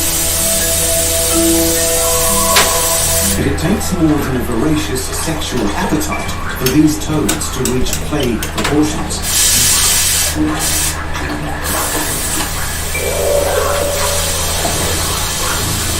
Because if animals eat them, they die, right? By which cane toads detect their prey, but they also have a huge sense of smell.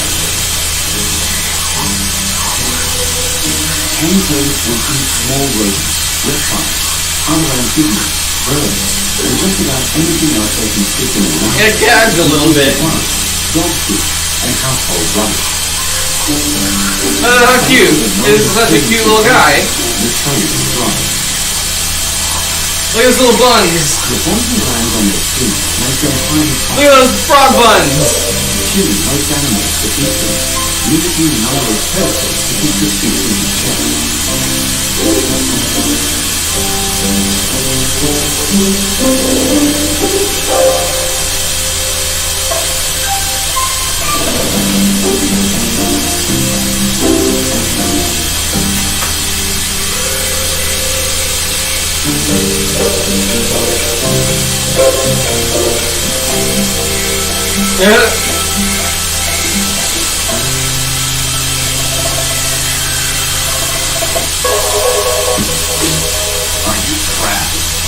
Trapped by contract. Anything heat is dry and watery. It ridges above the eye and runs down to the snout. They can be grey, yellowish, reddish brown, or olive in complexion, with different patterns. A large parotoid gland is situated behind each eye, with smaller ones across the back that produce the poison. Hello, bubble emoji.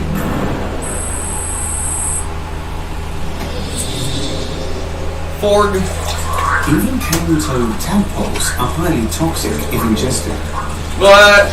No eating the tadpoles? Their poison is the perfect defense. That snake is like, nah.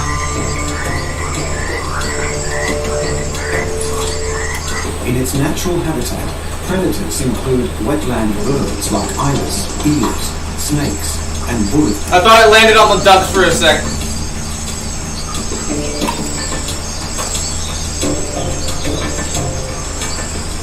You like the bubbles, Sky? They cannot avoid being preyed upon or eaten, but they can take their attacker down with them.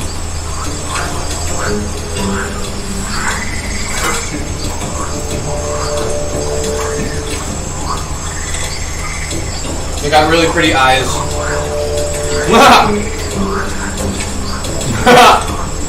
Why do you look like that? The glands on their skin secrete a milky white fluid called bufotoxin that kills not It is. It's Bufo alivarius. I was gonna say, is this a fucking the one that produces dimethyltryptamine? It is. Bufotoxin. It's Bufo alivarius, that type of frog, aka the cane frog. This is the highest production of dimethyltryptamine or DMT in the animal kingdom. That's the one where people will go pop the zits, scrape it off the glass after it dries, and then smoke it. Got white. Just animals, but also humans if ingested.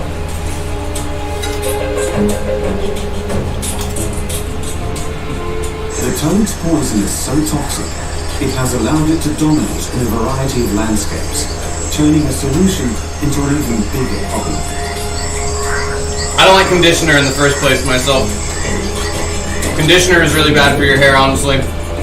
Artificial oil.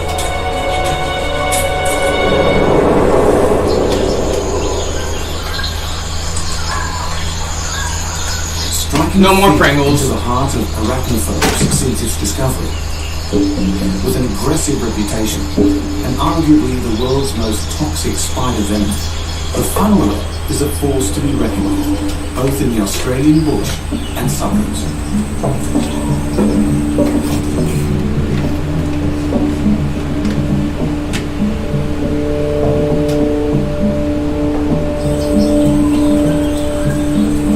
Hi, Lucy. What?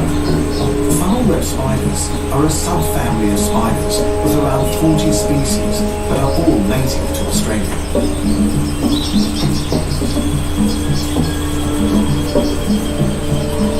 No, not for you. Oops. Funnel webs live mostly off a diet of insects, but occasionally hunt small reptiles and frogs. Forg. Many of Not these the forgs. species produce venom which is lethal to humans and animals alike. The most potent of which belongs to the Sydney funnel web spider. Funnel webs range in size from half an inch to 2 inches in length, with a hairless carapace that covers the front of their body, They have long spinnerets off the back of the abdomen and possess large fans. I always feel like conditioner stays on my body. Point down I along feel like it I feel like it adds a layer of oil on my skin. Oh wait, that's clicking the wrong thing. Adding a layer of oil on my skin, and I feel like if it does that to my skin, it's doing it to my hair too, or my scalp too. And that's just gonna make my scalp even drier, and then the dry scalp's gonna dry your hair out, and then your hair tangles even more. Oh, Lucy, watch out! You can't be doing that, hun. Not while I'm working. You can't be trying to get. You can try to get all the crumbs you want later. I forgot that I had this vintage. Ooh, burp at the same time. Vintage. What is this called? Kaleidoscope.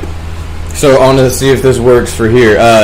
Trigger warning for, I guess, flashing lights and shifting objects and stuff like that.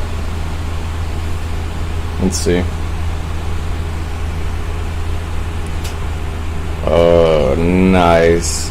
I don't want to actually like touch the glass with it, but.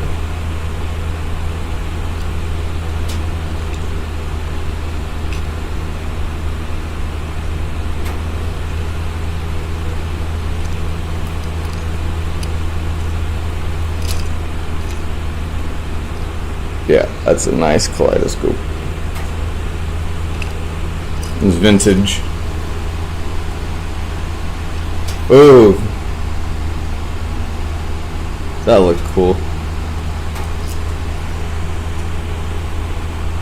I like in kaleidoscopes how you can look all the way up and all the way down while you're looking through it.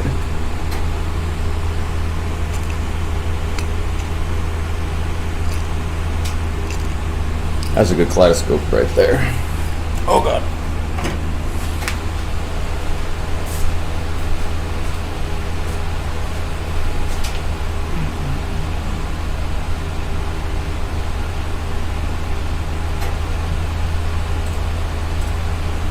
Funnel web fangs are so powerful they can easily penetrate a fingernail or soft shoe. No way. Go through your funkin'. When I say funkin' twice, I said funkin', and then I said no, I meant to say fucking, and then I said funkin' again. But under rocks, logs, or rough-barked trees. I swear, it's common to. I could have swore I got goldfish. Let me double check. I could have swore I got goldfish. Did they not give me my goldfish? But barely in the open. A funnel web's burrow contains irregular silk trip lines that protrude from the entrance.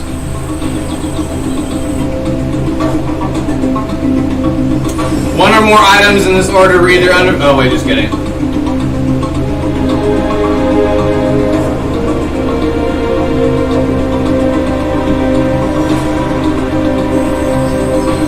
Trip lines signal to the spider when prey is nearby. So just kidding, I guess I didn't took them off the list. Unsuspecting victim.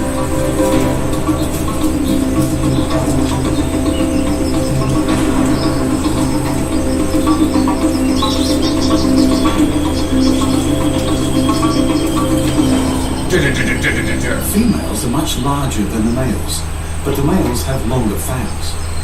We're losing followers on TikTok so quick, it's funny. Adult males wander during the warmer seasons to look for females. Well, we need to go back on TikTok eventually. They're attracted to water, often falling into swimming pools, and they can survive. Try to get some more people over to here. Thanks to the air bubbles that attach themselves to their bodies. Little bubbles. Skies, little bubbles. They aren't normally aggressive, but if threatened, the funnel almost stole it from where? Ferociously defend itself, rearing back, raising its front legs in the air, and baring its fangs before striking.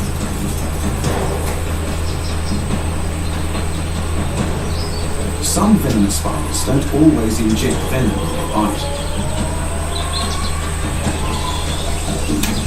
However, it's very rare for this spider not to inject venom when it strikes.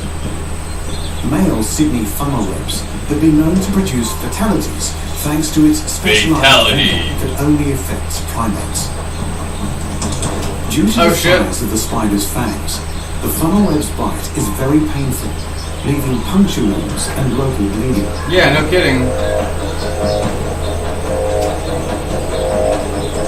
If bitten, it takes only minutes, depending on the size of the victim, before symptoms rapidly progress. Oh wait, I don't need this here anymore because I already did. We finished it pretty much. Without treatment, a human can be dead within 15 minutes of being bitten. So remember again, the contains chemicals, image is on the flip side of this, and other primates. And that will be red when it cools down. Of other mammals. I did it spiral too.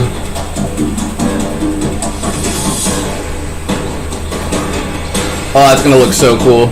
An anti-venom was developed in the early 1980s. And remember, this is gonna flatten out. So whenever we do stuff like this, you blow it out and flatten it. And then you'll see it from the inside. Oh shit, almost knocked the stool over. It would have hit Lucy. A healthcare plan from Blue Cross and Blue Shield of Texas may help you attract and retain talent. And offering health coverage may mean potential tax savings for your business. Blue Cross and Blue Shield of Texas. We can help you get the coverage your small business.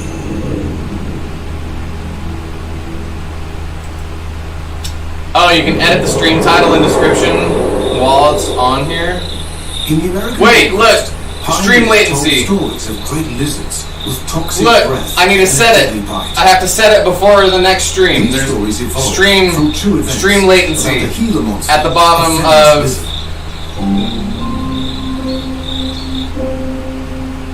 Okay, I figured it out.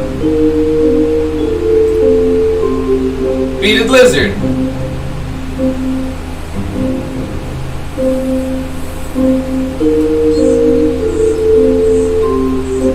There's a bunch of those on TikTok right now. People are like, oh my god, aren't those so venomous? And it's like, yeah, but if you raise them from a little baby, they're not gonna bite you.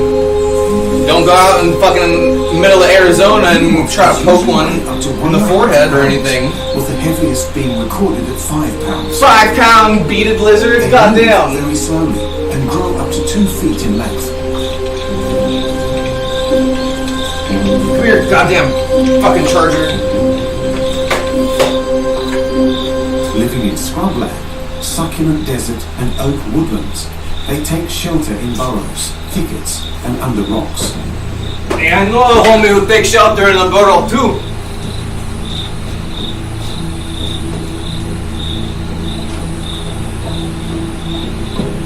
They love water. Look at that, they're going for a swim. Themselves in puddles after rain. I'm a swimming lizard.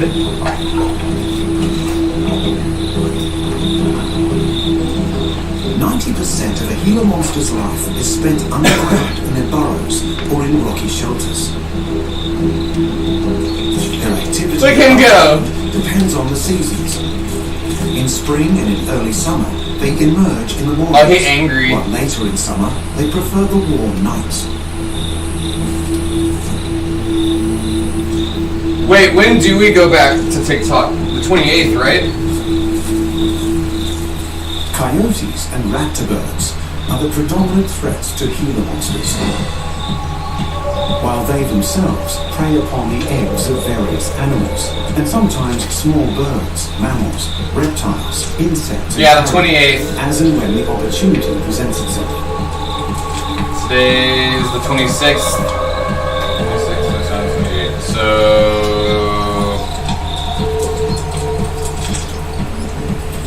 Even though it hunts a wide variety of creatures, the Gila monster eats very infrequently, only 5 to 10 times a year. Either tomorrow night or the day after tomorrow. Oh no, babies! That's the reason, when it does... Go ahead and fast forward that.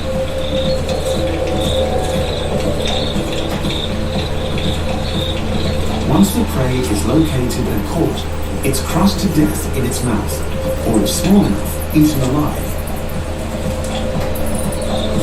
Damn thing's ruthless. But its hunt for food isn't restricted to Dude's crawling straight over just a fucking cactus. Climb trees and cacti in their search for eggs. You eat eggs? What if a thorn just poked you right in the eyeball, The though? monster produces venom in saliva glands located in its lower jaw. They lack the muscular force to actually injure. Hang on, real quick. Let's check on our content. There was a couple things. Good night, Jay. Thanks for hanging out. We won't be here too much longer. Oh, damn, it's already almost 4. We're gonna hang out until 4 tonight.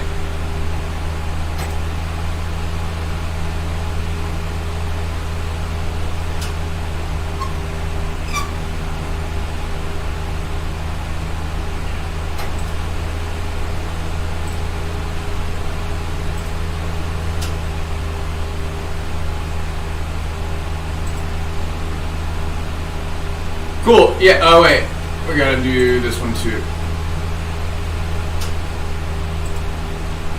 Mute the song. You can mute the audio if there's stuff that gets caught up in the literally 1 second of audio. Fuck off.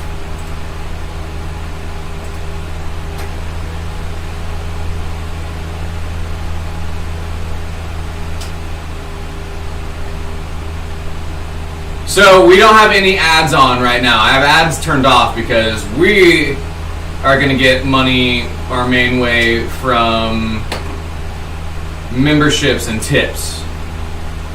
So we don't really need to care about advertising. Inject any venom.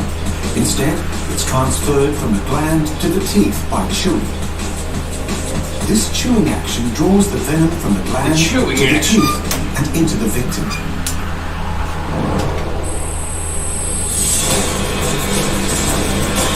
Oh shit. The monster is one of the few venomous lizards in the world.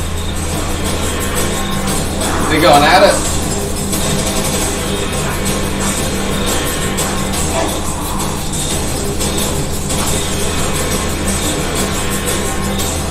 Because Gila monsters usually prey on helpless creatures and eggs, it's believed their venom has evolved as a defense mechanism, along with their bright coloring, warning potential threats of their toxicity. A toxicity in my city, in my circle. No, what are you, a Gila monster? Look at that tongue. He's so cute. I want to give him a kiss. The monster contains neurotoxins, and even though it's as potent as that of a coral snake, the Gila monster produces only very small amounts. Though they move slowly, these lizards can bite very quickly, and once they latch on, can be very difficult to remove, causing the victim a great deal of pain. Aside from the creature's monstrous appearance, its armor makes the Gila monster a formidable foe for those who share its desert habitat.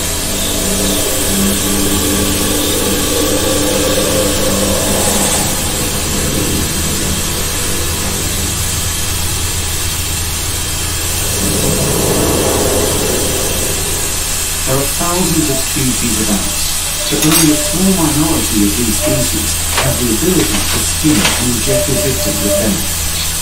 The most famous of these ants have been introduced to several countries around the world, where they are now considered dangerous pests. Easily recognized by their red color and painful sting, the fire ant is known by a variety of names. The asshole of the animal kingdom is what they should be called. Nice guy.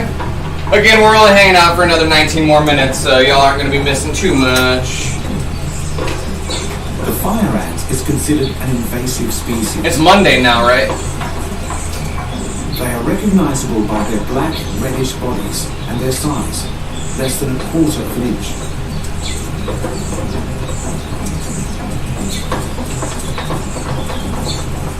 Yeah, and they're fucking assholes.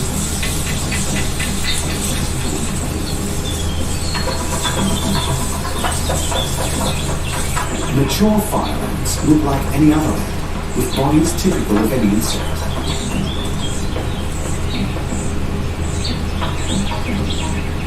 Look at him pinching.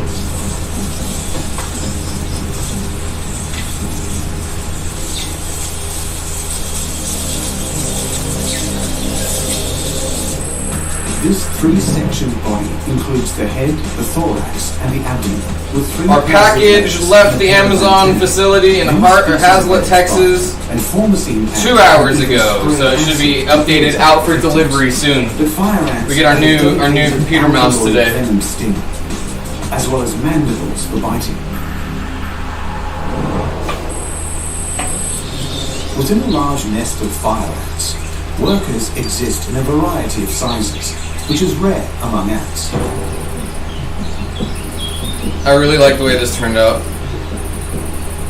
A colony produces large mounds in open areas, where they feed mostly on plants and seeds.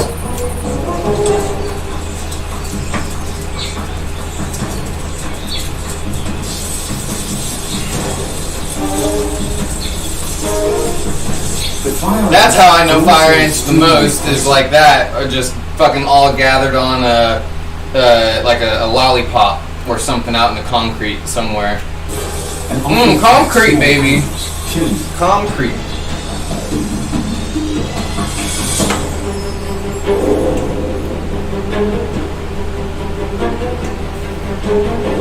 My name is Nikki Terranova. I work with United States veterans. I love what I do, and that is in no small.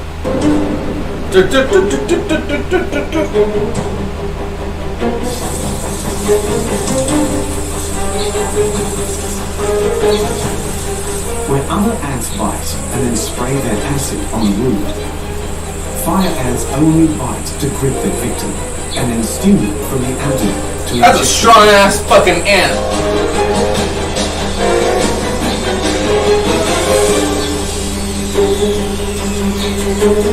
It creates a painful sting that's likened to being burned, hence the name. Hence the name. Yeah, thanks. The aggression of the would never have been able to figure that out. Pushes native ants out of the local habitat, leaving little to no competition for food in the area.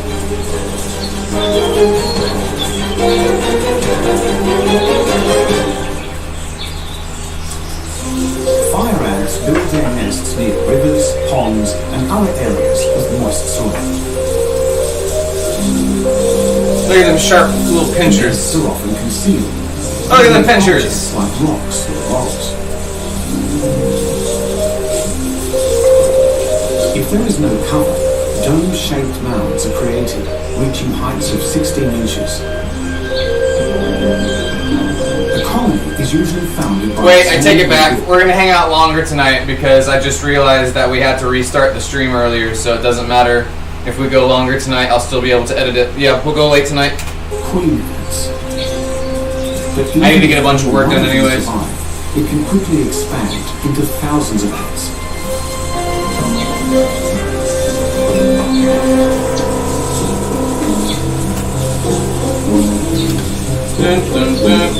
The queens, or the reproductive females in the colony, are usually the largest of the fire ants, with the sole purpose of reproducing. Males mate with the queens and die immediately after copulation.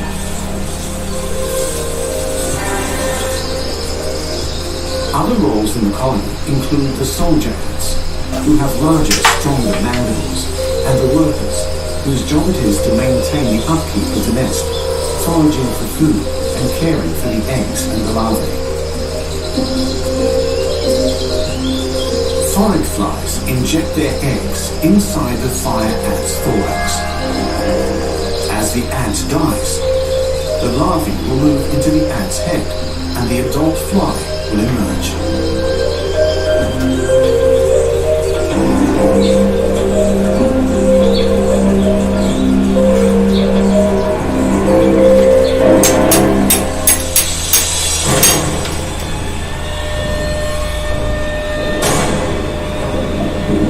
Thousands of years, human beings have used poison as a means to execute, assassinate, and murder their foes.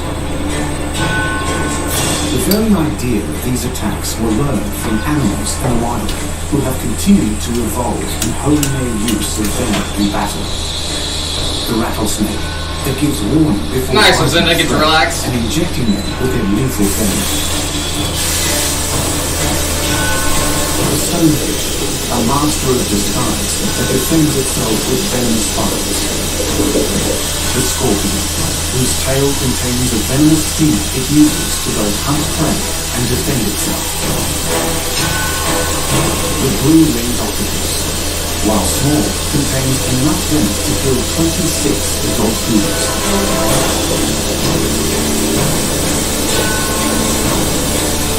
The cane toad doesn't sting or bite.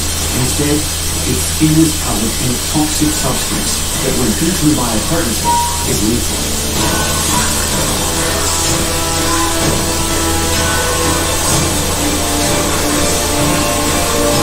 The funnel-web spider defends itself with aggressive attacks through multiple bites that deliver venom that can kill a man in under half an hour. The Gila monster's venomous bite was made famous from stories told by cowboys in Yorkshire. And fire ants completely dominate any landscape they establish a colony in, killing creatures much larger than them. Human beings have adapted to become the dominant force on the planet, but where we have evolved intellectually, animals continue to evolve physically, granting them the powerful weaponry found in the animal armor.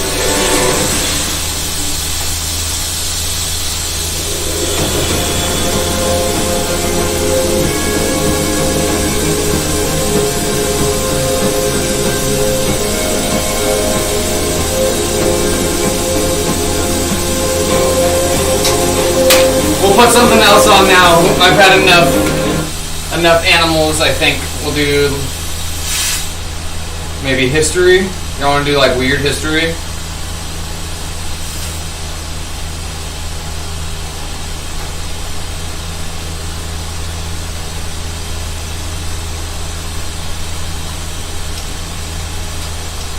See what pops up when I just type in weird history.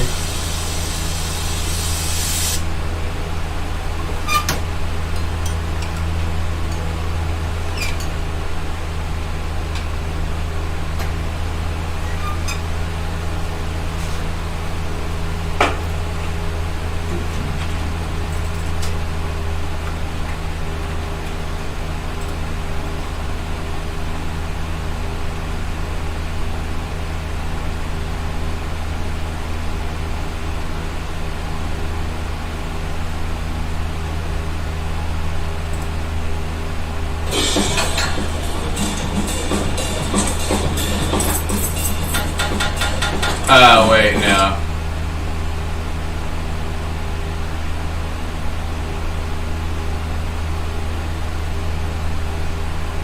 What was it like to be a medieval soldier? When called to a battle during the Middle Ages in Europe, soldiers expected to be surrounded by death on an up-close and personal level.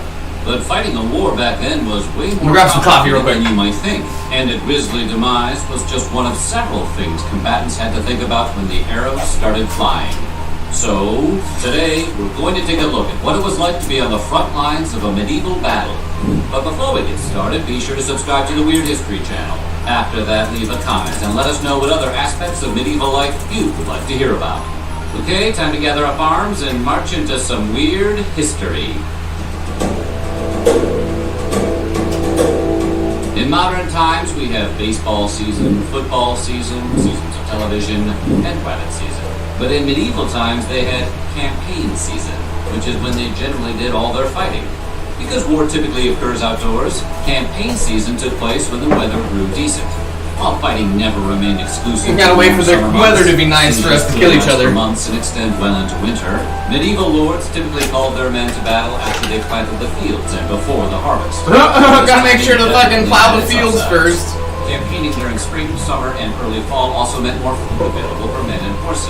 Less needed. I guess that's true. You gotta make sure to have the fucking food for them in the first place. Might as well have them be the ones producing it. Firewood, and fewer terrain problems to contend with as battle approached. Also, it's perfect beach weather for, relax after a grueling battle. There were, however, some disadvantages. For example, when William the Conqueror gathered his men to invade England in 1066, he called them in summer, but they couldn't move out immediately due to unfavorable winds. The timing meant that the English troops awaiting William's arrival had to return home for their harvests, which left King Harold's lands vulnerable. The medieval soldier need not go to war alone. Depending on the type of military battle you engaged in, you could bring your wife, mother, kids, and other members of your family along. Just pile them into ye old minivan and hit the road. This practice was especially I mean, it makes sense. Crusades, when thousands of people made their way from Western Europe toward Jerusalem. However, the practice obviously came with some risks. The dangers of taking the family along were apparent in Peter the Hermit's disastrous efforts to reach the Holy Land. Shortly after reaching Constantinople, the band of pilgrims ran afoul of a group of Turks. According to reports, the Turks went into the tents and whacked whomever they found, including the weak and feeble, clerics, monks, old women, and nursing children. Maybe just send the family some postcards next time. Perhaps because of those risks, many of the wives who accompanied their husbands on later crusades were aristocratic, including Richard the Lionheart's wife. She joined her husband in Syria after marrying him in Cyprus in 1191, and she was only there briefly. Honestly, when you've seen one medieval battle, you've kind of seen them all. Medieval weapons were made to kill, but not all wounds turned out to be fatal. Head injuries from maces, swords, and axes often led to brain damage and deformity, though they might result in bodacious scars as well. Sometimes you gotta roll those dice. Fatal wounds discovered on the remains of soldiers who fought at the Battle of Towton in 1461 and battles near Stirling Castle between the 13th and 15th centuries reveal the myriad ways a medieval soldier might meet his end. The bones show cuts, blows, and holes throughout the body, all indicating a painful demise. Medieval texts attest to this kind of brutality. Enguerrand de Monstrelet's account of the Battle of Agincourt in 1451 describes the aftermath, detailing how the English carried away the wounded while several of the French crawled away into an adjoining wood, or to some villages, as well as they could, where many expired. The war horses in movies that take place during medieval times usually depict the animals as gigantic hunks of muscle, but according to researchers, those horses were probably no bigger than a current-day pony. It's less badass. Is it more badass? Yes, scientists from 5 English universities studied about 2,000 horse bones dating from the 4th to 17th century CE found at archaeological sites throughout England and compared them to bones from modern-day horses.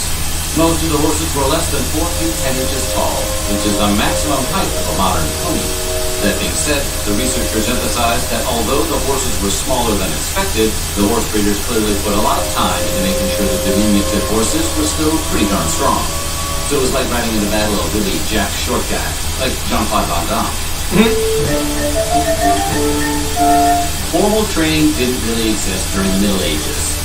Once troops gathered for a battle, they participated in drills and other exercises, but generally, they relied on the skills acquired over the course of their lives. For example, hunting built up skills like horsemanship and weapon usage.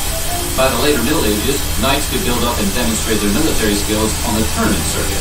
Tournaments, however, carried their own dangers.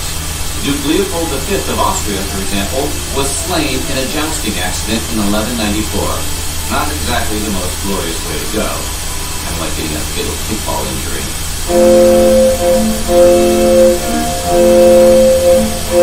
Greek and Roman soldiers had uniforms, as did the standing armies of the early modern period. But medieval soldiers generally fought in whatever they owned. That meant armor and other protective gear varied depending on wealth, especially as knights morphed into a professional fighting class. Presumably, some of the more destitute foot soldiers showed up for battle in soccer sandals and a big dog t-shirt. Medieval soldiers, especially during the early and high Middle Ages, also supplied their own food. When Charlemagne gathered his army each year, he gave instructions about what the men should bring with them, kind of like a school supply lesson. These items included a shield, lance, sword, dagger, bow, and quivers with arrows. Soldiers should also bring tools like axes, planes, augers, boards, spades, iron shovels, and other utensils. Also recommended was 3 months worth of food and clothing for a half year. But that's not to say there weren't any perks. Who's ever played Dungeons & Dragons knows the first thing you do after a successful battle is search your fallen enemies for loot. Similarly, in the medieval era, plundering after a hard-fought medieval battle was part of the experience. Victorious soldiers the plunder of armor, weapons, and anything else valuable. but they also might ravage a conquered village or city for supplies and food. It wasn't always a free-for-all, however. In the early medieval period, lords distributed the spoils of war as they saw fit, providing their men with equal portions of the spoils. When Charlemagne defeated the Avars in the late 8th century, he distributed their enormous hoard of looted treasure to the church and his men. Everyone got a chance to wet their medieval beaks. Siege warfare was a fundamental part of battle in the Middle Ages, but it meant a lot of waiting around. Regardless of whether you were on the inside or outside of a besieged castle or fortress, you might be stuck there for weeks or even months. Manning a proper siege involved bringing troops, weapons, and supplies to a target and setting up camp. From there, engineers built siege engines, including trebuchets and towers.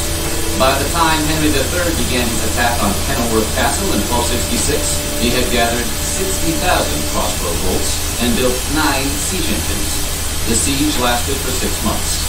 Still, sounds like Hank needed a better siege engine guide. The goal of a siege was not utter destruction, but rather intimidation, attrition, and surrender, because the attackers wanted to take the land or castle in question and minimize the damage.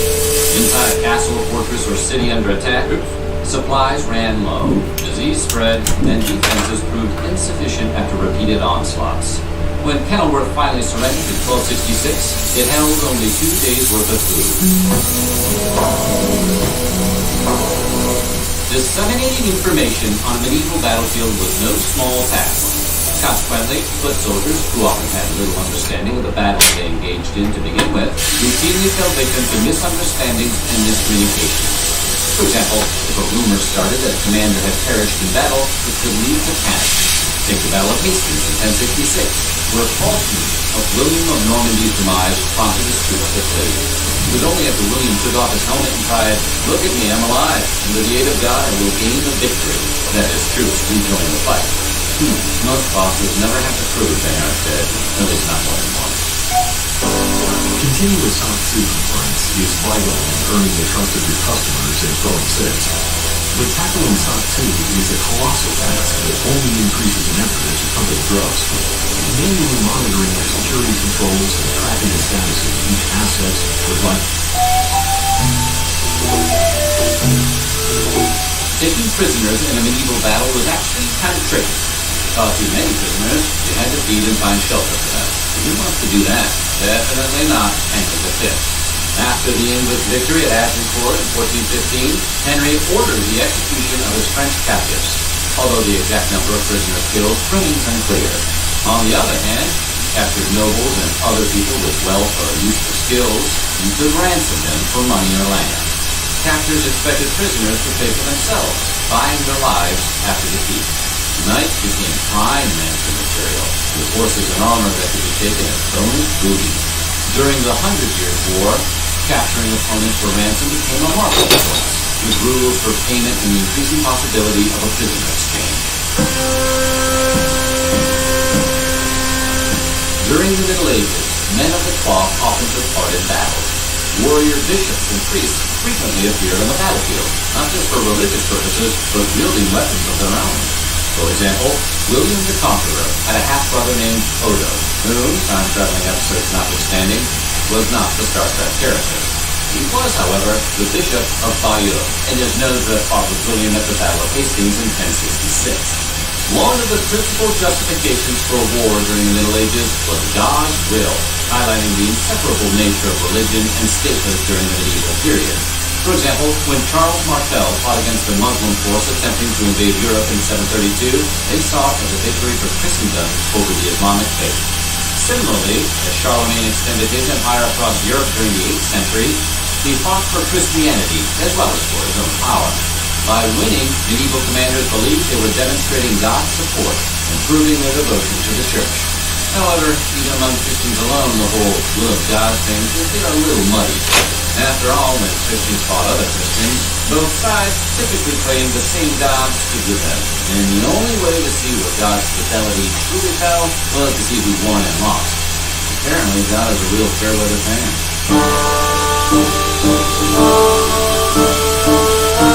If you were a soldier marching out onto a medieval battlefield, you needed to keep an eye out for archers. because the only thing better than stabbing your enemy is stabbing them from really far away. Archers use short bows, crossbows, and longbows to unleash a lethal storm of arrows that were extremely difficult to avoid. Arrows could penetrate armor, metals, chainmail, and flesh, making them particularly menacing as they descended on a battlefield. Longbows proved particularly important in battles such as Agincourt and Cressy during the 100 Years' War. The extended range and power of a longbow, as well as the quick reloading time, gave England the advantage in 14th and 15th century warfare, at least until gunpowder technology changed the game entirely. While rousing speeches are a big part of medieval warfare movies like Braveheart, the realities of how commanders inspired their troops on a medieval battlefield remains largely unknown.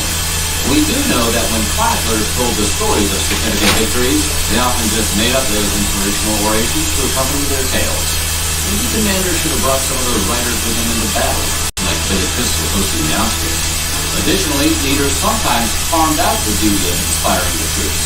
For example, before the Battle of Lincoln in 1141, King Stephen, who didn't exactly have the most inspiring voice, deferred to one of his nobles, Baldwin, to rally his troops. Baldwin argued that the king's cause was just, and his troops were plentiful and effective. The speech may have worked, but the outcome did not favor the king. He was captured and spent 6 months as a prisoner. The most famous medieval pep talk, of course, is the fictional one William Shakespeare penned for King Henry V in his play about the Battle of Agincourt in 1451, which had the English monarch telling his troops, "If we are marked to die, we are enough to do our country loss. And if to live, the fewer men, the greater share of honor." Even though he never actually gave the speech, the real Henry defeated a much larger, better-armed French force in what some have called one of the greatest military victories in history. That being said, you had to have someone to work you on. You could do a lot worse than Shakespeare. So what do you think? Could you have made it as a medieval soldier? Let us know in the comments below. And while you're at it, check out some of these other videos from our weird history.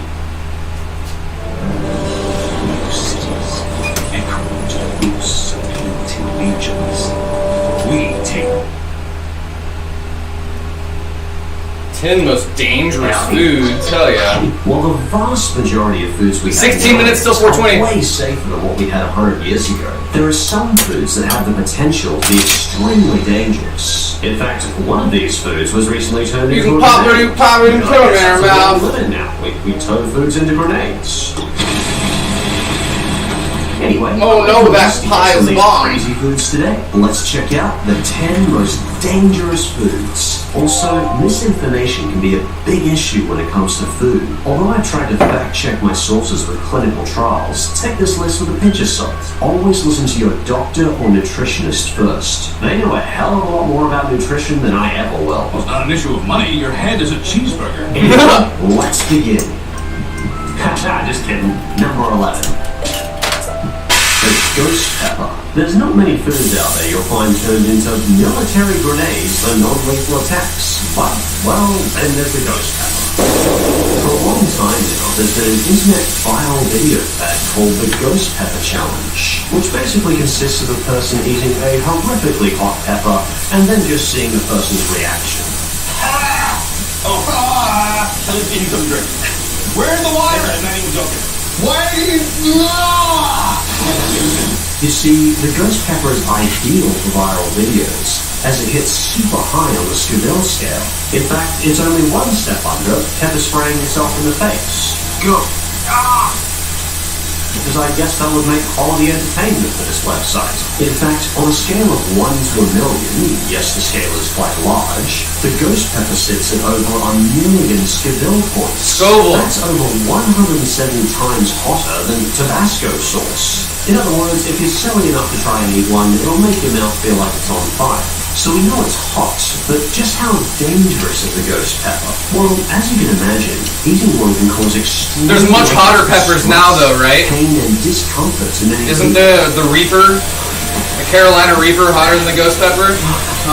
But there are also documented cases of hospitalizations and health scares from ghost peppers. Yeah, that's funny, Lucinda. In 2016 in Ohio, 5 teenagers were hospitalized after they ate ghost peppers as part of a challenge. Apparently they had both asthma attacks and allergic reactions. There was also an older man who was sent to the intensive care unit after he consumed a hamburger with ghost peppers. Doctors found he had ruptured his esophagus after excessive vomiting in an eating challenge. But it's worth mentioning, if you're just eating a normal amount, even the hottest peppers are not literally toxic. Researchers found it would take around 3 pounds of ghost peppers to kill an 150-pound human. So, if for some reason you do decide to try a ghost pepper, and I don't condone it, you probably won't kill you. You'll probably just be very miserable for a while. But how are these ghost peppers used as grenades? Well, in 2009, scientists in India announced plans to use the peppers and hand grenades as a non-lethal method to control rioters or in self-defense. They announced that ghost pepper-based sprays and grenades could be used to disperse mobs. And so far, ghost pepper-based grenades have been successfully used by the Indian Army. In 2015, they successfully used a ghost pepper grenade to flush out a terrorist hiding in a cave. So ghost peppers may be dangerous, but fortunately, we can use that danger to our advantage. Number 10. Marshmallows. Yeah, I'm serious. And it's not like marshmallows aren't a beloved Western treat. People often take marshmallows and roast them on campfires. They put them on biscuits, in coffee, they put them in cereals for some reason. The list goes on. So what could possibly make these innocent corn syrupy treats so Gonna blow a bubble in just a sec. It's not the marshmallow ingredients themselves that are dangerous. It's how people have consumed marshmallows for a very long time. You see, back in 1959, a Peanuts comic strip depicted Snoopy's mouth being filled with an interesting number of marshmallows while Charlie Brown kept count. And that was how it all started. That was how Chubby Bunnies was formed. When you stuff marshmallows into your mouth and say the term Chubby Bunnies one after the other. The craze took off, and many YouTubers have posted videos of themselves and friends doing the Chubby Bunny Challenge. Even popular Australian actress Rebel Wilson did the Chubby Bunny Challenge on the Jimmy Fallon show. Chubby Bunny. Very good. But she only got to 3 or 4 marshmallows before having to spit them. I've literally got 3 in my mouth right now. It can't have been that hard. So you may be asking, how is this dangerous? Don't marshmallows dissolve in your mouth? Well, actually, they don't. You see, the temperature in your mouth is warm, but it's not warm enough to melt marshmallows straight away. This essentially turns the marshmallows into a sticky, goopy choking hazard in your mouth. And when these games happen, many people can get competitive. Participants are generally egged on to put as many marshmallows in their mouth as possible. Some are even taunted for quitting. How dare you not risk the hazard of choking yourself to death, you big quitter. It's like you enjoy being alive. I'm at 4, by the way, and I think I'm already starting to sound stupider than usual. Eventually, with all these marshmallows at once, they can become impossible to chew, swallow, or spit out. And worse yet, due to the size of the marshmallow, it can also be difficult to perform the Heimlich maneuver, or dislodge the marshmallow with medical instruments. This is what the Heimlich maneuver normally looks like here if you ever need to perform it. And then you thrust, you put in and up. We're not going to do the part. In and up until they can start their DNA to bleeding. Unfortunately, as a result of this, there have been 2 instances where children have choked and passed away on marshmallows. In one case, the challenge took place at a school fair. If you like marshmallows, I don't recommend you stop eating. Just be aware of the potential dangers of games like Chubby Bunnies. And for another dangerous food, rice. Rice is actually the most commonly consumed food in the world. In fact, over 3.5 billion humans eat it. And when I think of rice, I think of a common, healthy, staple food that's harmless. But I was surprised to discover just how dangerous it can be. You see, if improperly stored up old rice can become very dangerous very quickly. If left alone too long, rice goes back to the state it was in before it was cooked. You see, in its raw form, rice contains spores of bacteria called Bacillus cereus. These spores survive the cooking process. Once they grow to bacteria, they can multiply and produce toxins that cause vomiting and diarrhea. And the longer rice is kept at room temperature, the more likely these spores are to grow and reproduce. But keep in mind, these bacteria take days to form. If someone eats rice that contains Bacillus cereus bacteria, they may get sick and experience vomiting and diarrhea for about 1 to 5 hours afterwards. Fortunately, symptoms are generally quite mild and normally don't last more than 24 hours. But keep in mind, rice is a healthy, cheap, filling food, so I certainly don't recommend you avoid it. But to avoid any issues, ideally, rice should be consumed immediately after cooking. But if you want to store the rice for later, that's okay too. Just make sure you store it right. You can store the rice in the fridge, but try not to store it for more than 3 days. But if you want to store it for longer, you can also freeze your rice for up to a month. But when you reheat the rice, make sure it's steaming hot the whole way through. Number 8. Tomatoes. Oh, come on. Tomatoes? Really? Tomatoes? Okay, we'll give a look. These days. Alright, here's the inside of that piece. Or what will be the actual image of it when we flip it. It's also a popular ingredient in many Italian dishes. And this will be much more red. Tomato sauce. Apparently, is also used in beauty treatments and tan removal. For some reason. Apparently, they have been praised for their protective powers against UV rays. Yeah, why don't we double check the empirical evidence on that one? Rub a tomato on your face. Oh, well, I guess instead of smearing tomatoes on my face, I'll use sunscreen. Like an animal. But anyway, how was this innocent tomato made the dangerous food list? Well, legend has it, in the 1800s, the tomato was considered... Our package arrived at the carrier facility at Grand Prairie. Oh shit, we missed... Oh wait, no, we didn't miss 420. 7 minutes until 420. Colonel Johnson had originally imported tomato plants in 1808 and offered farmers prizes for the biggest tomato. But then... Package arrived at carrier facility, so next step should be out for delivery. Basket of tomatoes. Get our new fucking house. He was going to eat the tomatoes. Oh no. I'm gonna do it. I'm really gonna do it. The townspeople went wild and awe and horror.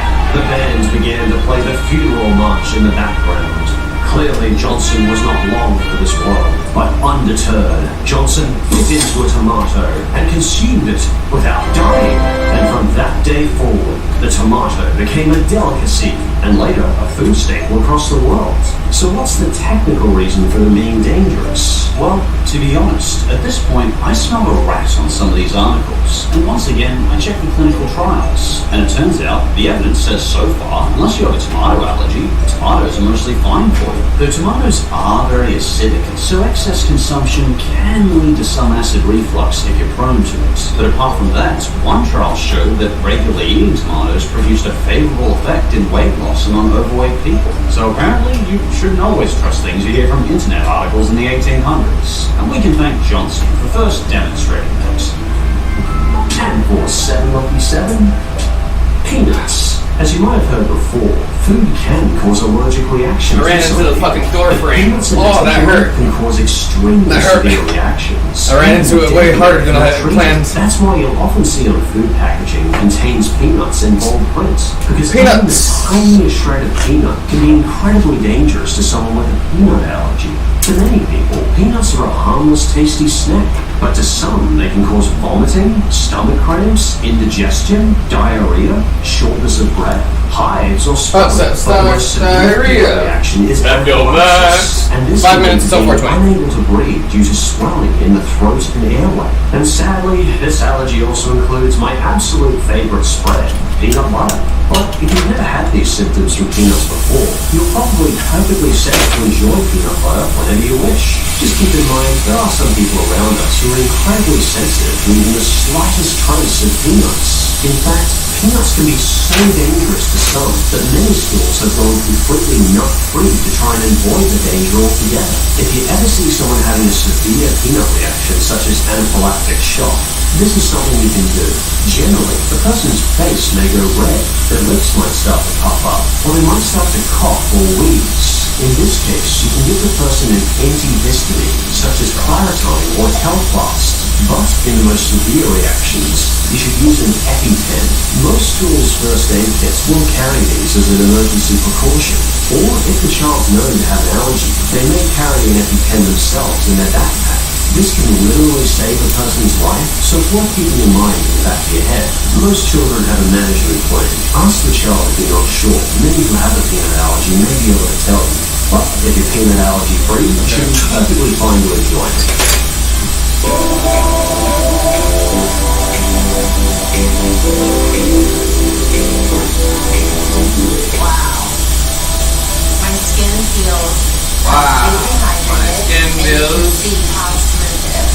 The results are amazing. These revolutionary microneedle patches deliver key ingredients into the deep layers of the skin, working to hydrate and smooth the skin instantly. Number 6. Good night, Cal. Mushrooms. Some people can't stand mushrooms, so they'll never have to worry about this one. Ah, sick! But if you like me, mushrooms can be a great treat to go with risotto, chicken, or a great pasta topper. But when it comes to mushrooms, I never look beyond what I can find at the grocery store, because some species of mushrooms contain poisons that can kill. But the most common result of mushroom poisoning is just gastric upset, vomiting, and diarrhea. Though you certainly know technique.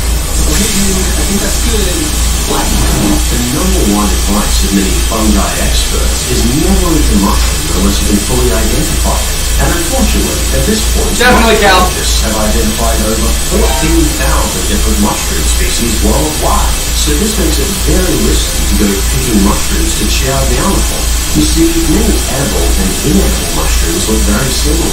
For example, the white button mushroom, my personal favorite, is the most common mushroom in the grocery store. But in the wild, it can also look very similar to the death cap mushroom, one of the most poisoned mushrooms in the world. A sad example of this was in 2017, when a group of 14 people were picking wild mushrooms and were badly poisoned by death cap mushrooms. This resulted in some very serious injuries, such as liver failure. But grocery store mushrooms, they're perfectly safe. Typically, they're grown in isolation, specifically for grocery stores. Go nuts, as edible mushrooms are very healthy. But I personally don't recommend picking wild mushrooms. If you do, make sure you use a mushroom guide and consult an expert. You might miss out on a delicious treat, and you also won't die from eating it. Number 5. Microwave popcorn. Okay, really? Disclaimer ahead. There's a lot of misinformation and scare articles on the internet when it comes to nutrition. So definitely don't trust every food article you see, as there's too many food articles out there that link every known food under the sun to some type of cancer. So before cutting any food out of your diet, make sure to check the sources of those articles, or better yet, ask your doctor. But anyway, back in the day, there were a lot of internet articles that linked microwave popcorn to cancer. And those are some legitimately scary headlines, so they did attract a lot of attention. But let's investigate them for ourselves a little closer. Microwave popcorn, in essence, is just a type of corn kernel that pops. And there's certainly nothing that links popcorn itself to health risks. But people were more concerned about the microwavable bags they came in.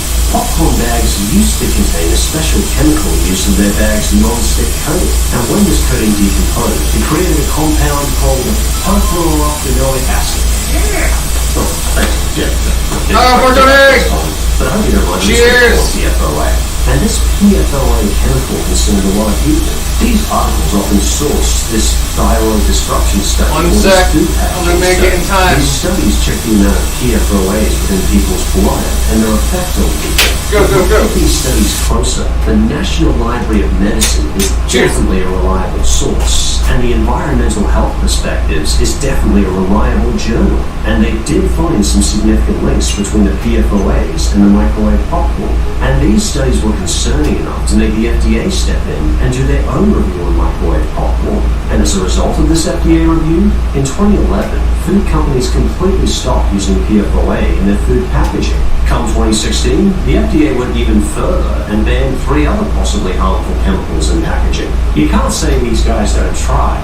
But the good news is, as of today, any microwave popcorn you buy shouldn't contain any of these harmful chemicals. There is one other less direct danger to popcorn, though.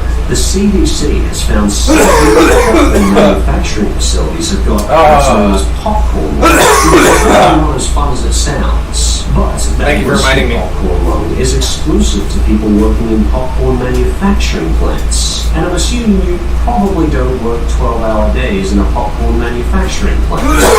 Maybe I do. What's up?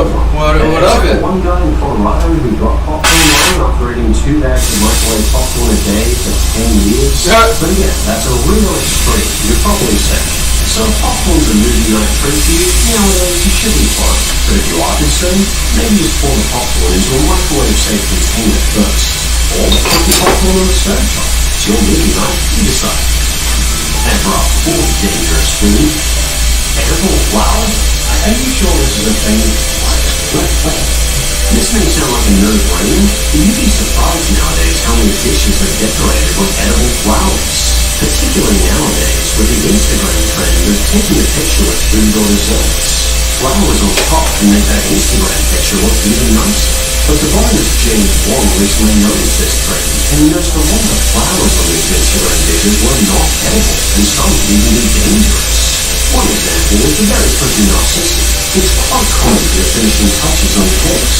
They certainly aren't beautiful, but they can also cause painful sores, swelling, and rashes. The botanist also found that Instagram smoothies were often topped with flowers, such as the Cathalanthus. Yeah, I guess not a lot of it. Unfortunately, the Cathalanthus also contains toxic alkaloids often used in chemotherapy. And eating this flower can result in fever, nausea, vomiting, nerve damage, headache, and hallucinations. So, with that pleasing collection of symptoms, I wouldn't even be touching it with a 10-foot pole. There are also puddings being topped with lantana flowers, which is often known to kill livestock due to liver failure. This is always good. Ironically, many of these dishes appear on blogs that eulogize the evils of gluten. Oh no, dare it. Perish the thought. Messy not as locally evil.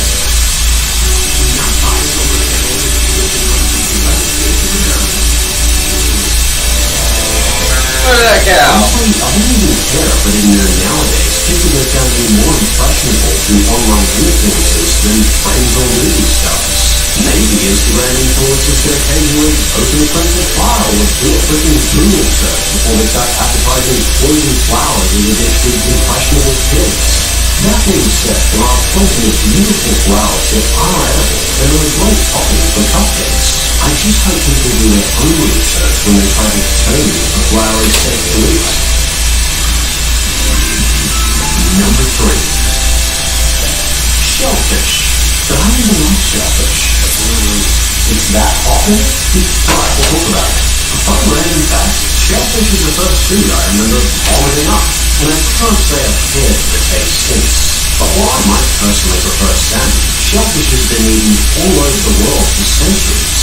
When people think of an expensive restaurant meal, they often think of a shellfish meal, such as lobster. But shellfish can also include shrimp on the barbie, crabs, clams, oysters, and so on.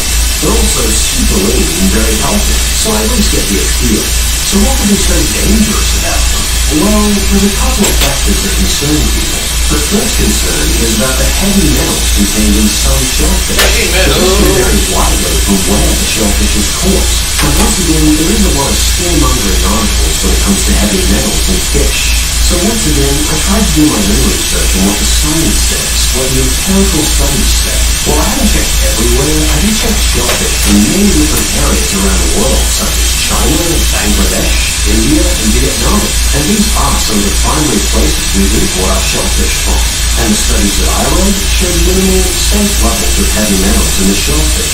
So I personally think that heavy metals are probably not going to be your first concern when you eat shellfish. However, obviously, I haven't checked the studies in every reference country. If you are concerned, I have been doing your own research and looking at the trials on Google Scholar or Science Direct. Fish in general is incredibly healthy, so I don't want to discourage people from eating seafood unless I really do think it's a concern. Anyway, bottom boring studies aside, let's move on. Perhaps the biggest potential danger to shellfish is just how many people are allergic to it. In fact, shellfish is one of the 5 most common food allergies in the USA. And allergic reaction symptoms to shellfish are definitely no fun either. They can range from stomach pains to vomiting to cramps to hives or even swelling of the throat. If you do see someone having an allergic reaction such as swelling, the best first aid response is to call emergencies such as 911 or 000, depending on what country you're in. Help them like well, it's good to know that 000 is what you call if you're in Australia and you have an emergency. Why isn't that just like, I mean, I guess you're not really, most people aren't ever going to go anywhere else and need to know the emergency number. Most people don't ever leave the country, I guess. The allergic reaction, apply an EpiPen or an Anapen. And if they have an asthma reliever or puffer, make sure to give them that as well to use after. The third major concern many people have about shellfish is food poisoning. In fact, shellfish account for nearly 50% of seafood illnesses since 1973. Food poisoning can be due to bacteria, parasites, or viruses. But fortunately, there is a surefire way to make sure your shellfish is safe from these. Just cook it. Cook your shellfish thoroughly and food poisoning shouldn't be a problem. So overall, shellfish does have the potential to be a very dangerous food. But generally, if you buy it in a grocery store, I'm gonna check cook it thoroughly. the toys in here, make sure they're not warming up or anything. Then you can enjoy a healthy, unique tasting meal. I'm certainly not going to call it tasty, but it tastes unique. And coming in at number 2, as always, fine. Red kidney beans. Good old all-American kidney beans. They're actually named kidney beans because of their color and kidney-like shape. This one is pretty commonly mentioned in other dangerous food listicles, but I at least wanted to mention it because I eat beans a lot and they're a really healthy protein fiber-filled snack. But you just want to make sure they're absolutely cooked if they're not out of the can. Because according to the FDA, eating as few as 4 kidney beans can be toxic. What? Just 4 beans alone can result in severe nausea, vomiting, and diarrhea within 1 to 3 hours after eating. But how can just a couple of I did not know that. beans Don't cause eat such a kidney huge beans. reaction? Well, raw kidney beans have a very high concentration of phytohemagglutinin. This is a toxic chemical that can cause damage to the walls of the human gut. Fortunately, if you boil kidney beans for 20 minutes, this will completely destroy the phytohemagglutinin. Really? That being said, canned beans are pre-cooked, so you should be perfectly safe if you get any kidney beans out of a can. It's the dried kidney beans you want to I feel like I've eaten dried kidney beans before. Just eaten raw kidney beans. Generally, the best thing you can do for them is to make sure they get plenty of water, as they'll likely be vomiting and need a bit of bathroom time for the next few hours. And this can take a lot of fluids out of our system. Fortunately, people normally... Alright, another 30 minutes and then we'll be ending our stream. Start vomiting. So as long as the beans are canned, you can still safely make yourself a lovely chili con carne. And this might surprise you, but for the number 1 most dangerous food, hot dogs. Ooh, the traditional ballpark hot dog. Nice. I like having a hot dog. More people die from hot dogs than shellfish for the reasons you might have heard or before. peanut or nuts. I'm certainly not demonizing the meat or the ingredients themselves. Just because you're getting the less attractive parts of the animal, that doesn't necessarily make them more toxic. Although the WHO has said that the nitrites in processed meat should be eaten in moderation. But there's a far, far bigger danger to hot dogs. Oh yeah, red beans and rice. That is, they're so frequently choked on. In fact, this ballpark favorite has become the leading cause of choking fatalities among children. You see, in America, on the 4th of July alone, over 150 million hot dogs are eaten. This results in a lot of choking hazards for kids and adults. And this history. Hot dogs are the number 1 choking hazard for kids in America?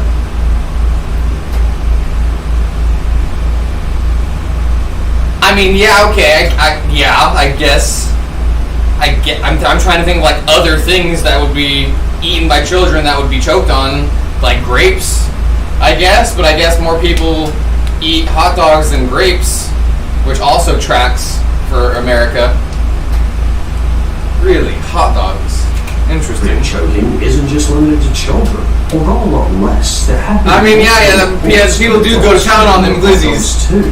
These adult choking deaths have often happened at hot dog eating contests. No shit. Hot dog eating contests have been a running tradition in America for decades now. I used to watch that shit. International 4th of July hot dog shit's eating gross now. Now I look at it, now I watch it. The goal is to eat as many hot dogs as possible in 10 minutes. Good neck pops. The current record stands at 75 hot dogs in 10 minutes. Jesus. And by all that is secular, I encourage you never to try and break this record. I would never forget. They gorge themselves and then immediately go purge. They have eating disorders, pretty much. They're professional eating disorder people. If you got hurt because of something I said in this video. On a lighter note, yes, Matt Stoney did break the original previous record of 60 hot dogs in 10 minutes when he ate 62 hot dogs in 10 minutes. Jeez, I feel queasy at 4. Fortunately, these choking hazards don't happen too often with adults. but you definitely should keep an eye on any kids eating hot dogs, as food choking in children result in over 10,000 emergency room visits per year in America alone.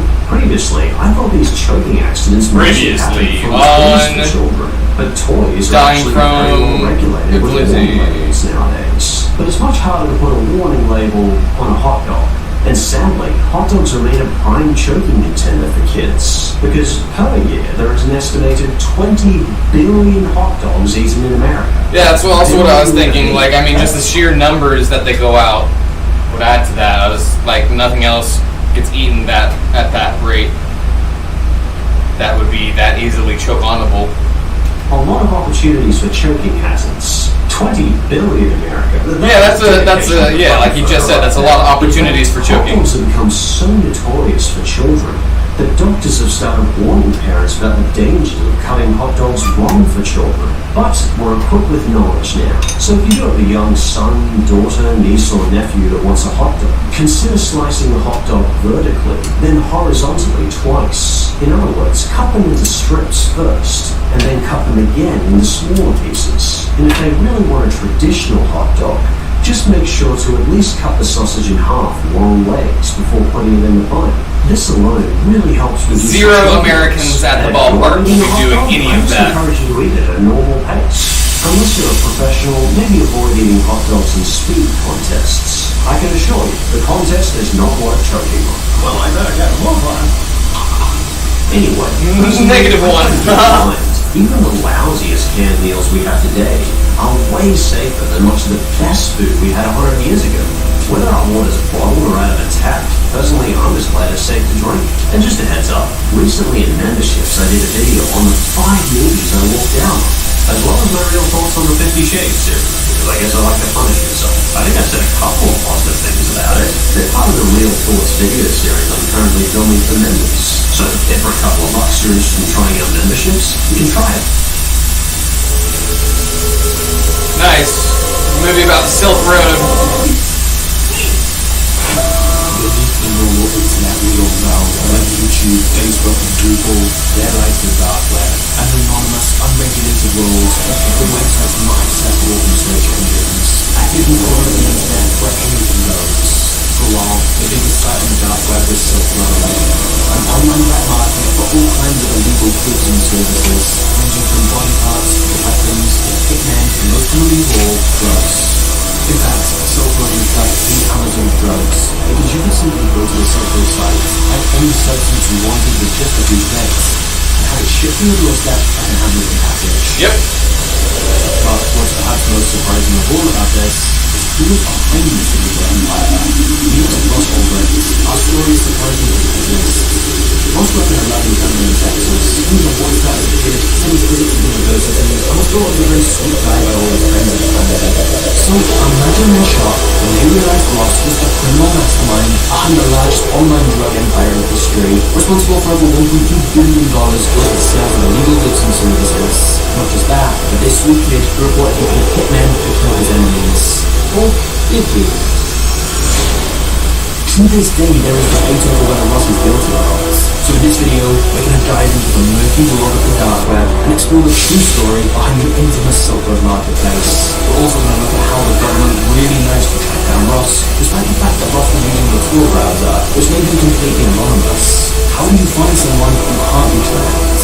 This is a true story filled with mysteries, twists, and even a couple of corrupt government agents. Welcome to the fascinating story of the Silk Road Empire. You're not kidding? Appreciate you being here. We will be back later in the same time, in the same place.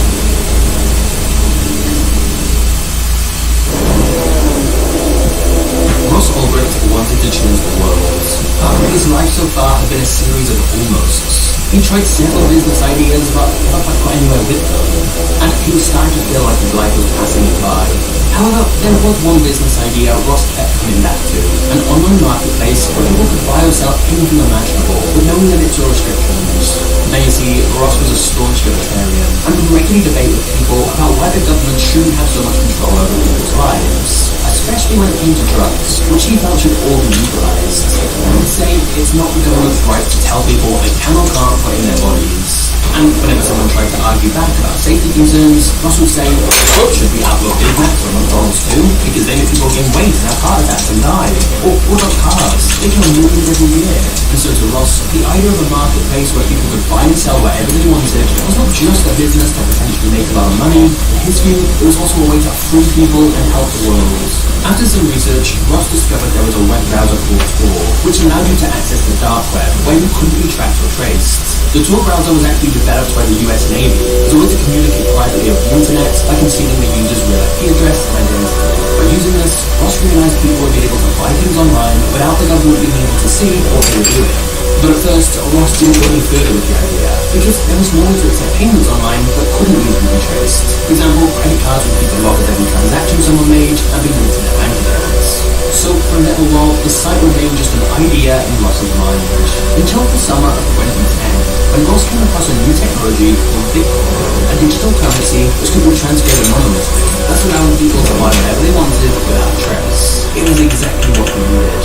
So, from his bedroom, Ross began working on his new online marketplace. He decided to call it Silk Road, named after a famous trade route that started over 2,000 years ago that people used for centuries to carry all kinds of different goods.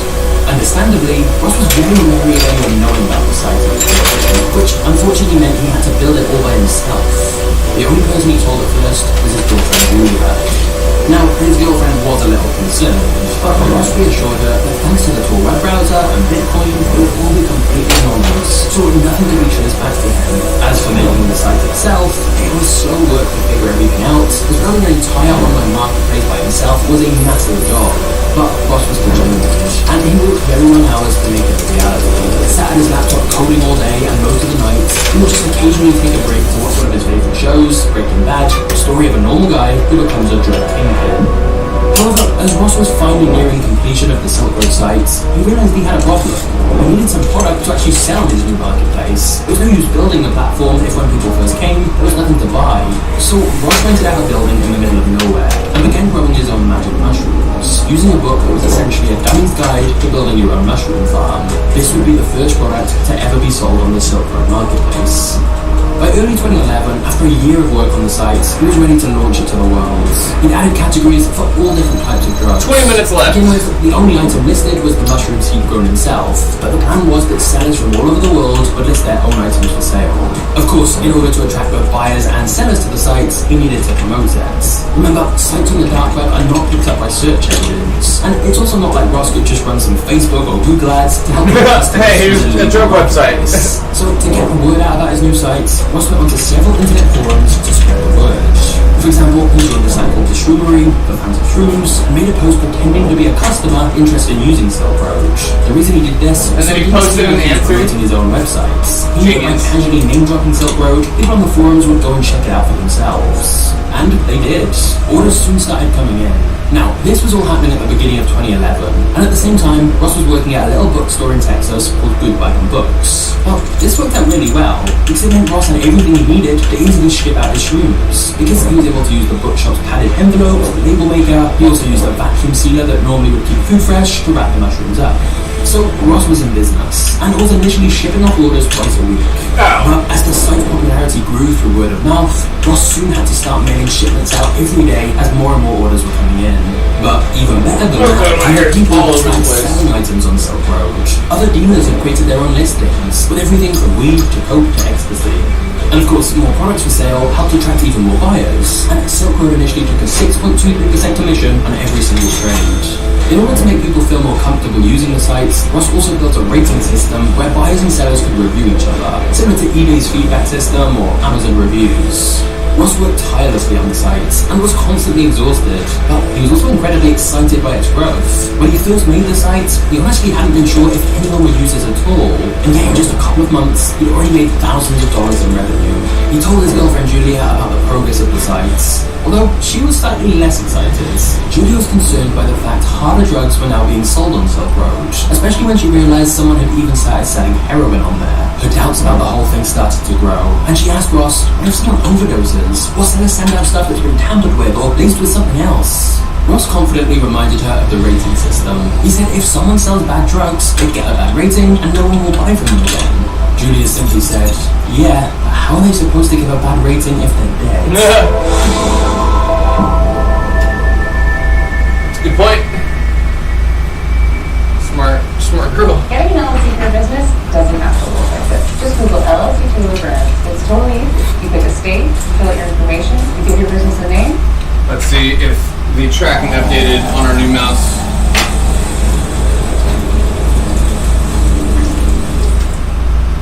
While Silk Road had been growing fairly quickly through word of mouth, Rose started to get crazy once Gorka wrote an article about the sites. Right after that article went live, many other news sites started writing about Silk Road as well, describing it as an underground website that lets you buy any drug imaginable. Even big TV news networks like ABC and NBC began talking about the sites, thus bringing it even more attention. Thousands of drugs came through the black website called Silk Road. Of course, not all that attention was good. Multiple different government agencies were now watching the sites and beginning to investigate who was running it. But because of the use of Tor, they knew tracking whoever was behind it would be extremely difficult. Meanwhile, Ross started working on Silk Road full time. He had no choice really. It was growing so much quicker than he ever expected. The site now had hundreds of sellers and thousands of buyers. And whilst Ross had sold all the mushrooms he'd grown, he was now making commissions on every sale from the sites. As more money rolled in, it was exhilarating. But one morning he opened his laptop and noticed someone had now listed guns on there. Ross tried to rationalize that it was an American's constitutional right to have a gun, so this wasn't a problem. However, once again, his girlfriend Julia saw it differently. Ross, you have to stop this, she pleaded. Think about why someone would need to buy a gun anonymously. Ross and Julia argued about this, and Julia went off to her friend Erica's house to vent. Julia had become increasingly paranoid about everything Ross was doing, and so she confided in her friend Erica about Ross running Silk Road. She made Erica promise that she would never Don't tell anybody anything about any shit like that. It seemed like she kept that promise. However, one morning Ross logged onto Facebook and saw a public post on his wall from Julia's best friend Erica saying, I'm sure the authorities would like to know about Ross Ulbricht's drug websites. Immediately, panic filled his body, and he broke down in tears. A wave of emotions crashed over him. Firstly, he was angry Julia had told someone else that he was running the sites. Secondly, he felt heartbroken that she would betray his trust like that. Yeah, no kidding. But mostly, the strongest emotion he felt was fear. He immediately deleted Erica's post off his Facebook wall and phoned her in tears, begging her never to mention it to anyone again. As for why Erica had made the post calling out Ross in the first place, it had all started when Erica had a bad trip from a substance she bought off Silk Road. And when she got back from the hospital, she got into a fight with both Julia and Ross, which had ended with Ross telling Erica to leave. Erica, in an intoxicated state, had then posted on Facebook as revenge. Luckily for Ross, he'd seen it quickly enough, meaning the post was deleted before hardly anyone saw it. And it was only their Facebook friends who would have been able to see it anyway, who probably assumed it was just a joke. So the crisis seemed to have been averted for now. But this incident made Ross extremely anxious. Julia and Ross's relationship also ended, as Julia refused to let Ross keep running the site from her apartment. She issued him with an ultimatum that he had to close the site down or leave. He chose to leave. In fact, after the Erica incident, Ross decided he needed to temporarily leave the country, just as a precaution, and so he went travelling. Ross went to Bondi Beach in Australia to relax. He went to Vietnam to celebrate the Lunar New Year. He even backpacked through Asia, hopping from different islands and staying in youth hostels. Of course, the travellers he met along the way had absolutely no clue Ross was running the biggest illegal site in the world, and that he was now worth millions of dollars in Bitcoin.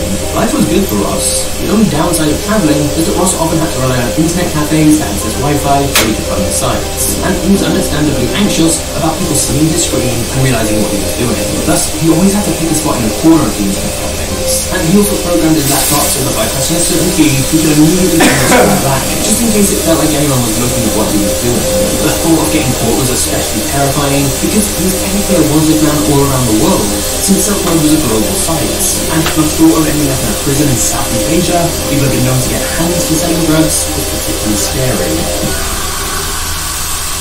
The site's rapid growth also presented other problems. Turns out, Ross tried to build an entire marketplace by himself against a code was filled with bugs. One particularly bad coding mistake, and that briefly when someone purchased something on Silk Road, Ross lost money on the transaction instead of gaining money. Ross had no choice but to temporarily block new signups on Silk Road, while he desperately tried to fix the issue. Ross was now working round the clock on the site, trying to manage all these new issues that kept popping up, like attacks from hackers who demanded ransoms in Bitcoin, complaints from customers, and packages that had been seized in the mail. As word about the site continued to grow, Ross realized that just like any other growing business, he needed employees to help him. So he started recruiting internally by hiring active users of Silk Road to help him manage everything. Soon he had 10 employees, some rewriting his shoddy code, some moderating the Silk Road forums, and others dealing with support issues and disputes. Whilst Ross was technically paying these staff, most of them viewed it as more than a job, because we all had similar political views, and together we thought they were building something big here, and that Silk Road was going to change the world. Meanwhile, many other product categories also started popping up on the site. For example, some sellers started offering spy software, equal to hack into people's webcams, equal to like passports and IDs, even counterfeit cash that looked just like the real thing. And in one case, someone had even listed a rocket launcher for sale, and another was trying to sell spider knives, a well-known poison. Then one day Ross woke up to a message from one of his moderators saying, should we let people sell kidneys? Turns out one of Silk Road wanted to sell various human body parts. The seller added that they'd all been acquired consensually. Ross was obviously a little concerned. This wasn't quite what he envisioned when he initially started the sites, but the way he saw it, Silk Road was merely a platform, just like Facebook or eBay. It was the users who chose how to use it. It was against his philosophy to tell individuals what they could or couldn't buy and sell.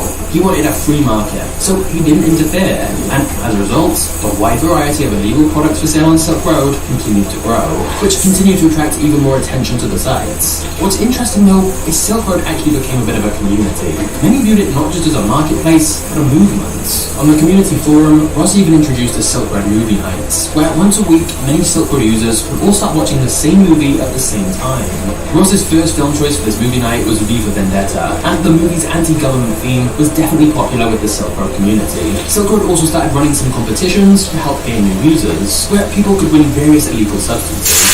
However, there was one incident where the competition winner ended up disappearing right after winning, and some presumed he'd overdosed on the prize. Ross joked that perhaps a better competition prize would have been rehab.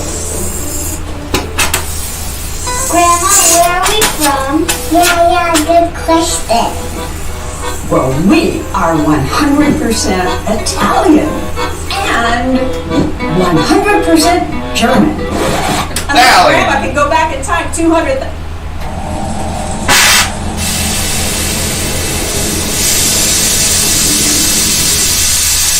There was a particularly active user on Silk Road who went by the name Variety Jones, and he started helping Ross find bugs in the site's code and create a plan to help grow the site further. The two of them started chatting via private message every single day and became close friends. But in a bizarre way, he was kind of like a business coach to Ross. Whoever Variety Jones was, he clearly had a lot of experience with the drugs business. One day, Variety Jones messaged Ross saying, not to be a downer or anything, but what we're doing falls under the US drug kingpin laws, which provides a maximum penalty of death upon conviction.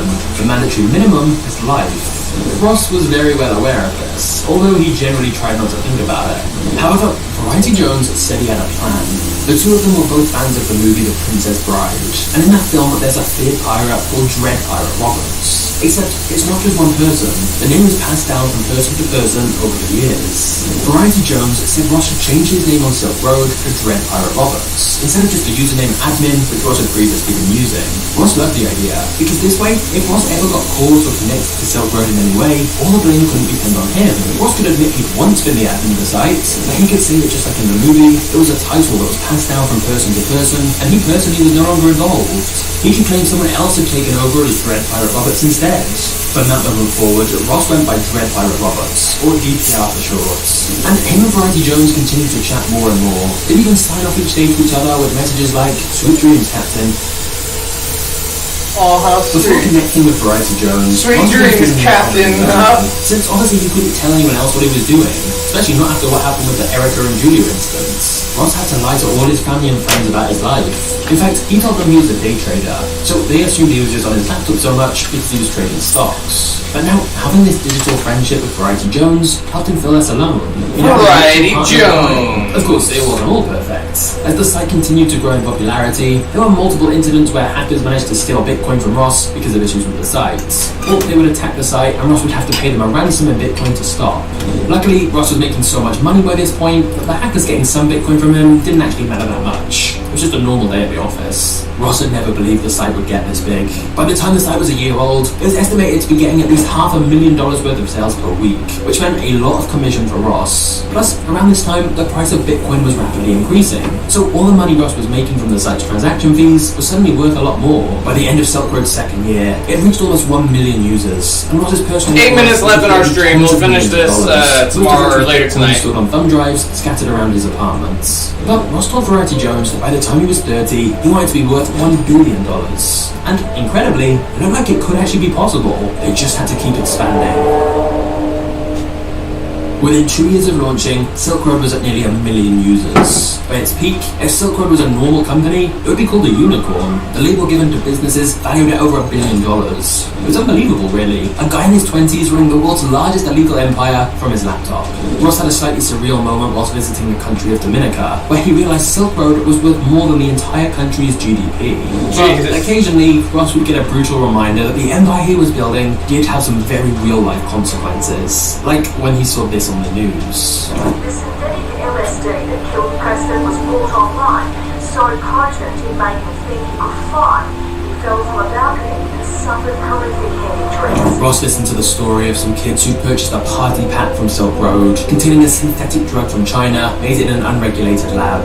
The kids had heard about the site, simply gone online, followed the guide about how to buy Bitcoin, made an order on Silk Road, and the items turned up in the mail. Easy. But when one of the kids took it, he started panicking. He suddenly didn't know where he was or what he was doing. The room was spinning. He got up and started running. He had no idea where he was going and ran straight off the hotel balcony, falling 30 feet into the parking lot below.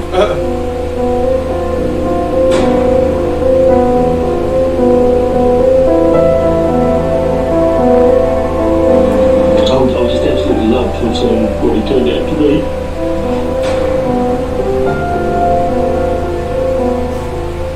No matter what your thoughts on Ross, you've seen what can happen if your browsing isn't protected. I think we can all agree we want to keep our personal information private and secure, and that's why I want to tell you about today's video sponsor, Guardio. Guardio is a browser extension that can keep you and your family safe online. It detects threats in real time before they cause harm, and blocks phishing links, malicious websites, unwanted notifications, sketchy extensions, and many other types of threats. I need to find a good one of those. Viruses, Guardio can actually now that I have a computer. Alright, we'll pause it there. That's a good. Actually, we still have a few minutes left. Oh!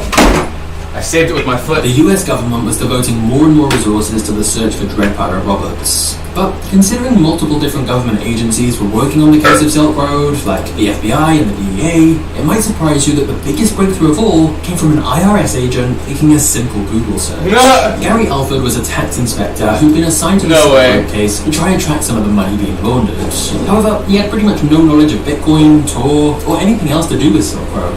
What Gary did have in his favour was that he was very detail-oriented, and he read everything 3 times to make sure he never missed anything. Gary also liked to think outside the box. His favourite ever criminal case was how they caught the serial killer Son of Sam, who went on a killing spree in New York in the 70s. For a while, no matter how many detectives they put on the case, nobody could figure out who the killer was. But then one day, an officer decided to take a different approach and look for cars in the nearby area that had received parking tickets around the same time of the murders. The logic being that the murderer would hardly be concerned about running back to top up the parking meter whilst in the middle of killing someone. They found a pattern where the same car had received parking tickets on the night of the murders and always located fairly close to the scene of the crime. They then traced the owner of the car, and that led them straight to the murderer, who confessed. No way. Gary liked this case because it proved you could outperform more experienced people by looking at the problem differently. And Gary was convinced the founder of Silk Road must have left a similarly small mistake behind, the digital equivalent of a parking ticket. Gary started his search by asking, what's the earliest post about Silk Road on the internet? Since he figured whoever started the site would have had to drum up interest in the first place. Did it pull up the Facebook post? Typed the Silk Road web address into the search box, and using advanced search, he filtered by date, looking for results only from early 2011, which is when the Silk Road was rumoured to have started. Only a few search results came up, and one of them was a post from a user called Altoid on a forum called The Shroomery. The post sounded more like a user, not the creator of the site, but it was the first record online of someone mentioning Silk Road. So Gary searched for other posts by a user called Altoid from around the same dates, and stumbled across a post on another forum called Bitcoin Talk, where someone with the same Altoid username had posted, has anyone seen Silk Road yet? Sounded like an anonymous Amazon.com. Gary thought it was interesting that the first mentions of Silk Road online were both coming from this same username. And this person had been promoting Silk Silk Road on multiple different forums right around the time that Silk Road launched. So Gary looked through Altoid's post history on the forum, and a few months after Silk Road started, Altoid had made another post saying IT Pro needed for a Bitcoin startup. It was a job ad for a Bitcoin related project. But inside the post read, if interested, please send your answers to the following questions to rossalbrecht@gmail.com.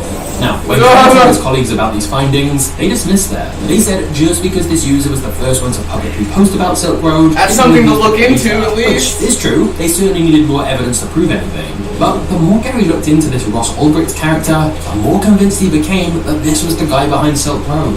First, by searching the name Ross Ulbricht, Gary found Ross's YouTube channel, containing videos about libertarianism, along with a saved video about how to get away with stealing. But also, Ross had used the username Oh Yeah Ross, which was interesting because whenever Dread Pirate Roberts messaged anyone or wrote on the Silk Road forum, he'd always write yeah, not yes or yeah, always just yeah. It was a small detail, but I love that. Just a coincidence. Secondly, Gary found Ross's LinkedIn profile, which had anti-government posts. Ross had written, on your LinkedIn most widespread profile? and systematic use of force is amongst institutions and governments. So this is my current point of effort. The best way to change a government is to change the minds of the governed. To that end, I'm creating an economic simulation to give people a first-hand experience of what it would be like to live in a world without the systematic use of force. Thirdly, they found a coding question related to Tor posted on Stack Overflow, which had been posted by a user called Ross Ulbricht. But within a minute of posting, he changed his username to Frosty instead. Clearly, he realized he'd slipped up by using his real name, and so that's why he changed it right away. Gary couldn't shake the feeling that this was the guy they were looking for. So Gary asked a colleague who worked for the Department of Homeland Security to do a search on Ross Ulbricht's name, and they found a recent incident on his file where he'd ordered fake IDs online that had been intercepted.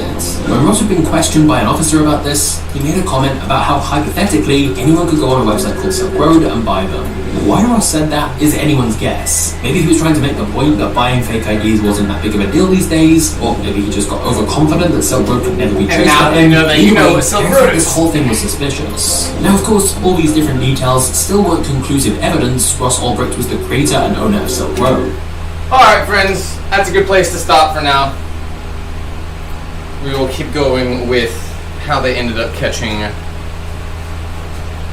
old Rossi boy and the Silk Road later. I do appreciate each and every one of you. Thank y'all for being here. Thank you for hanging out. I don't know why we crashed on the stream earlier, but hopefully that doesn't happen again. We will have our new mouse when we go live later tonight. Also, we're going to start a new raffle, I think. Probably start a new raffle, maybe for one of the pumpkins. Alright, friends, I appreciate you.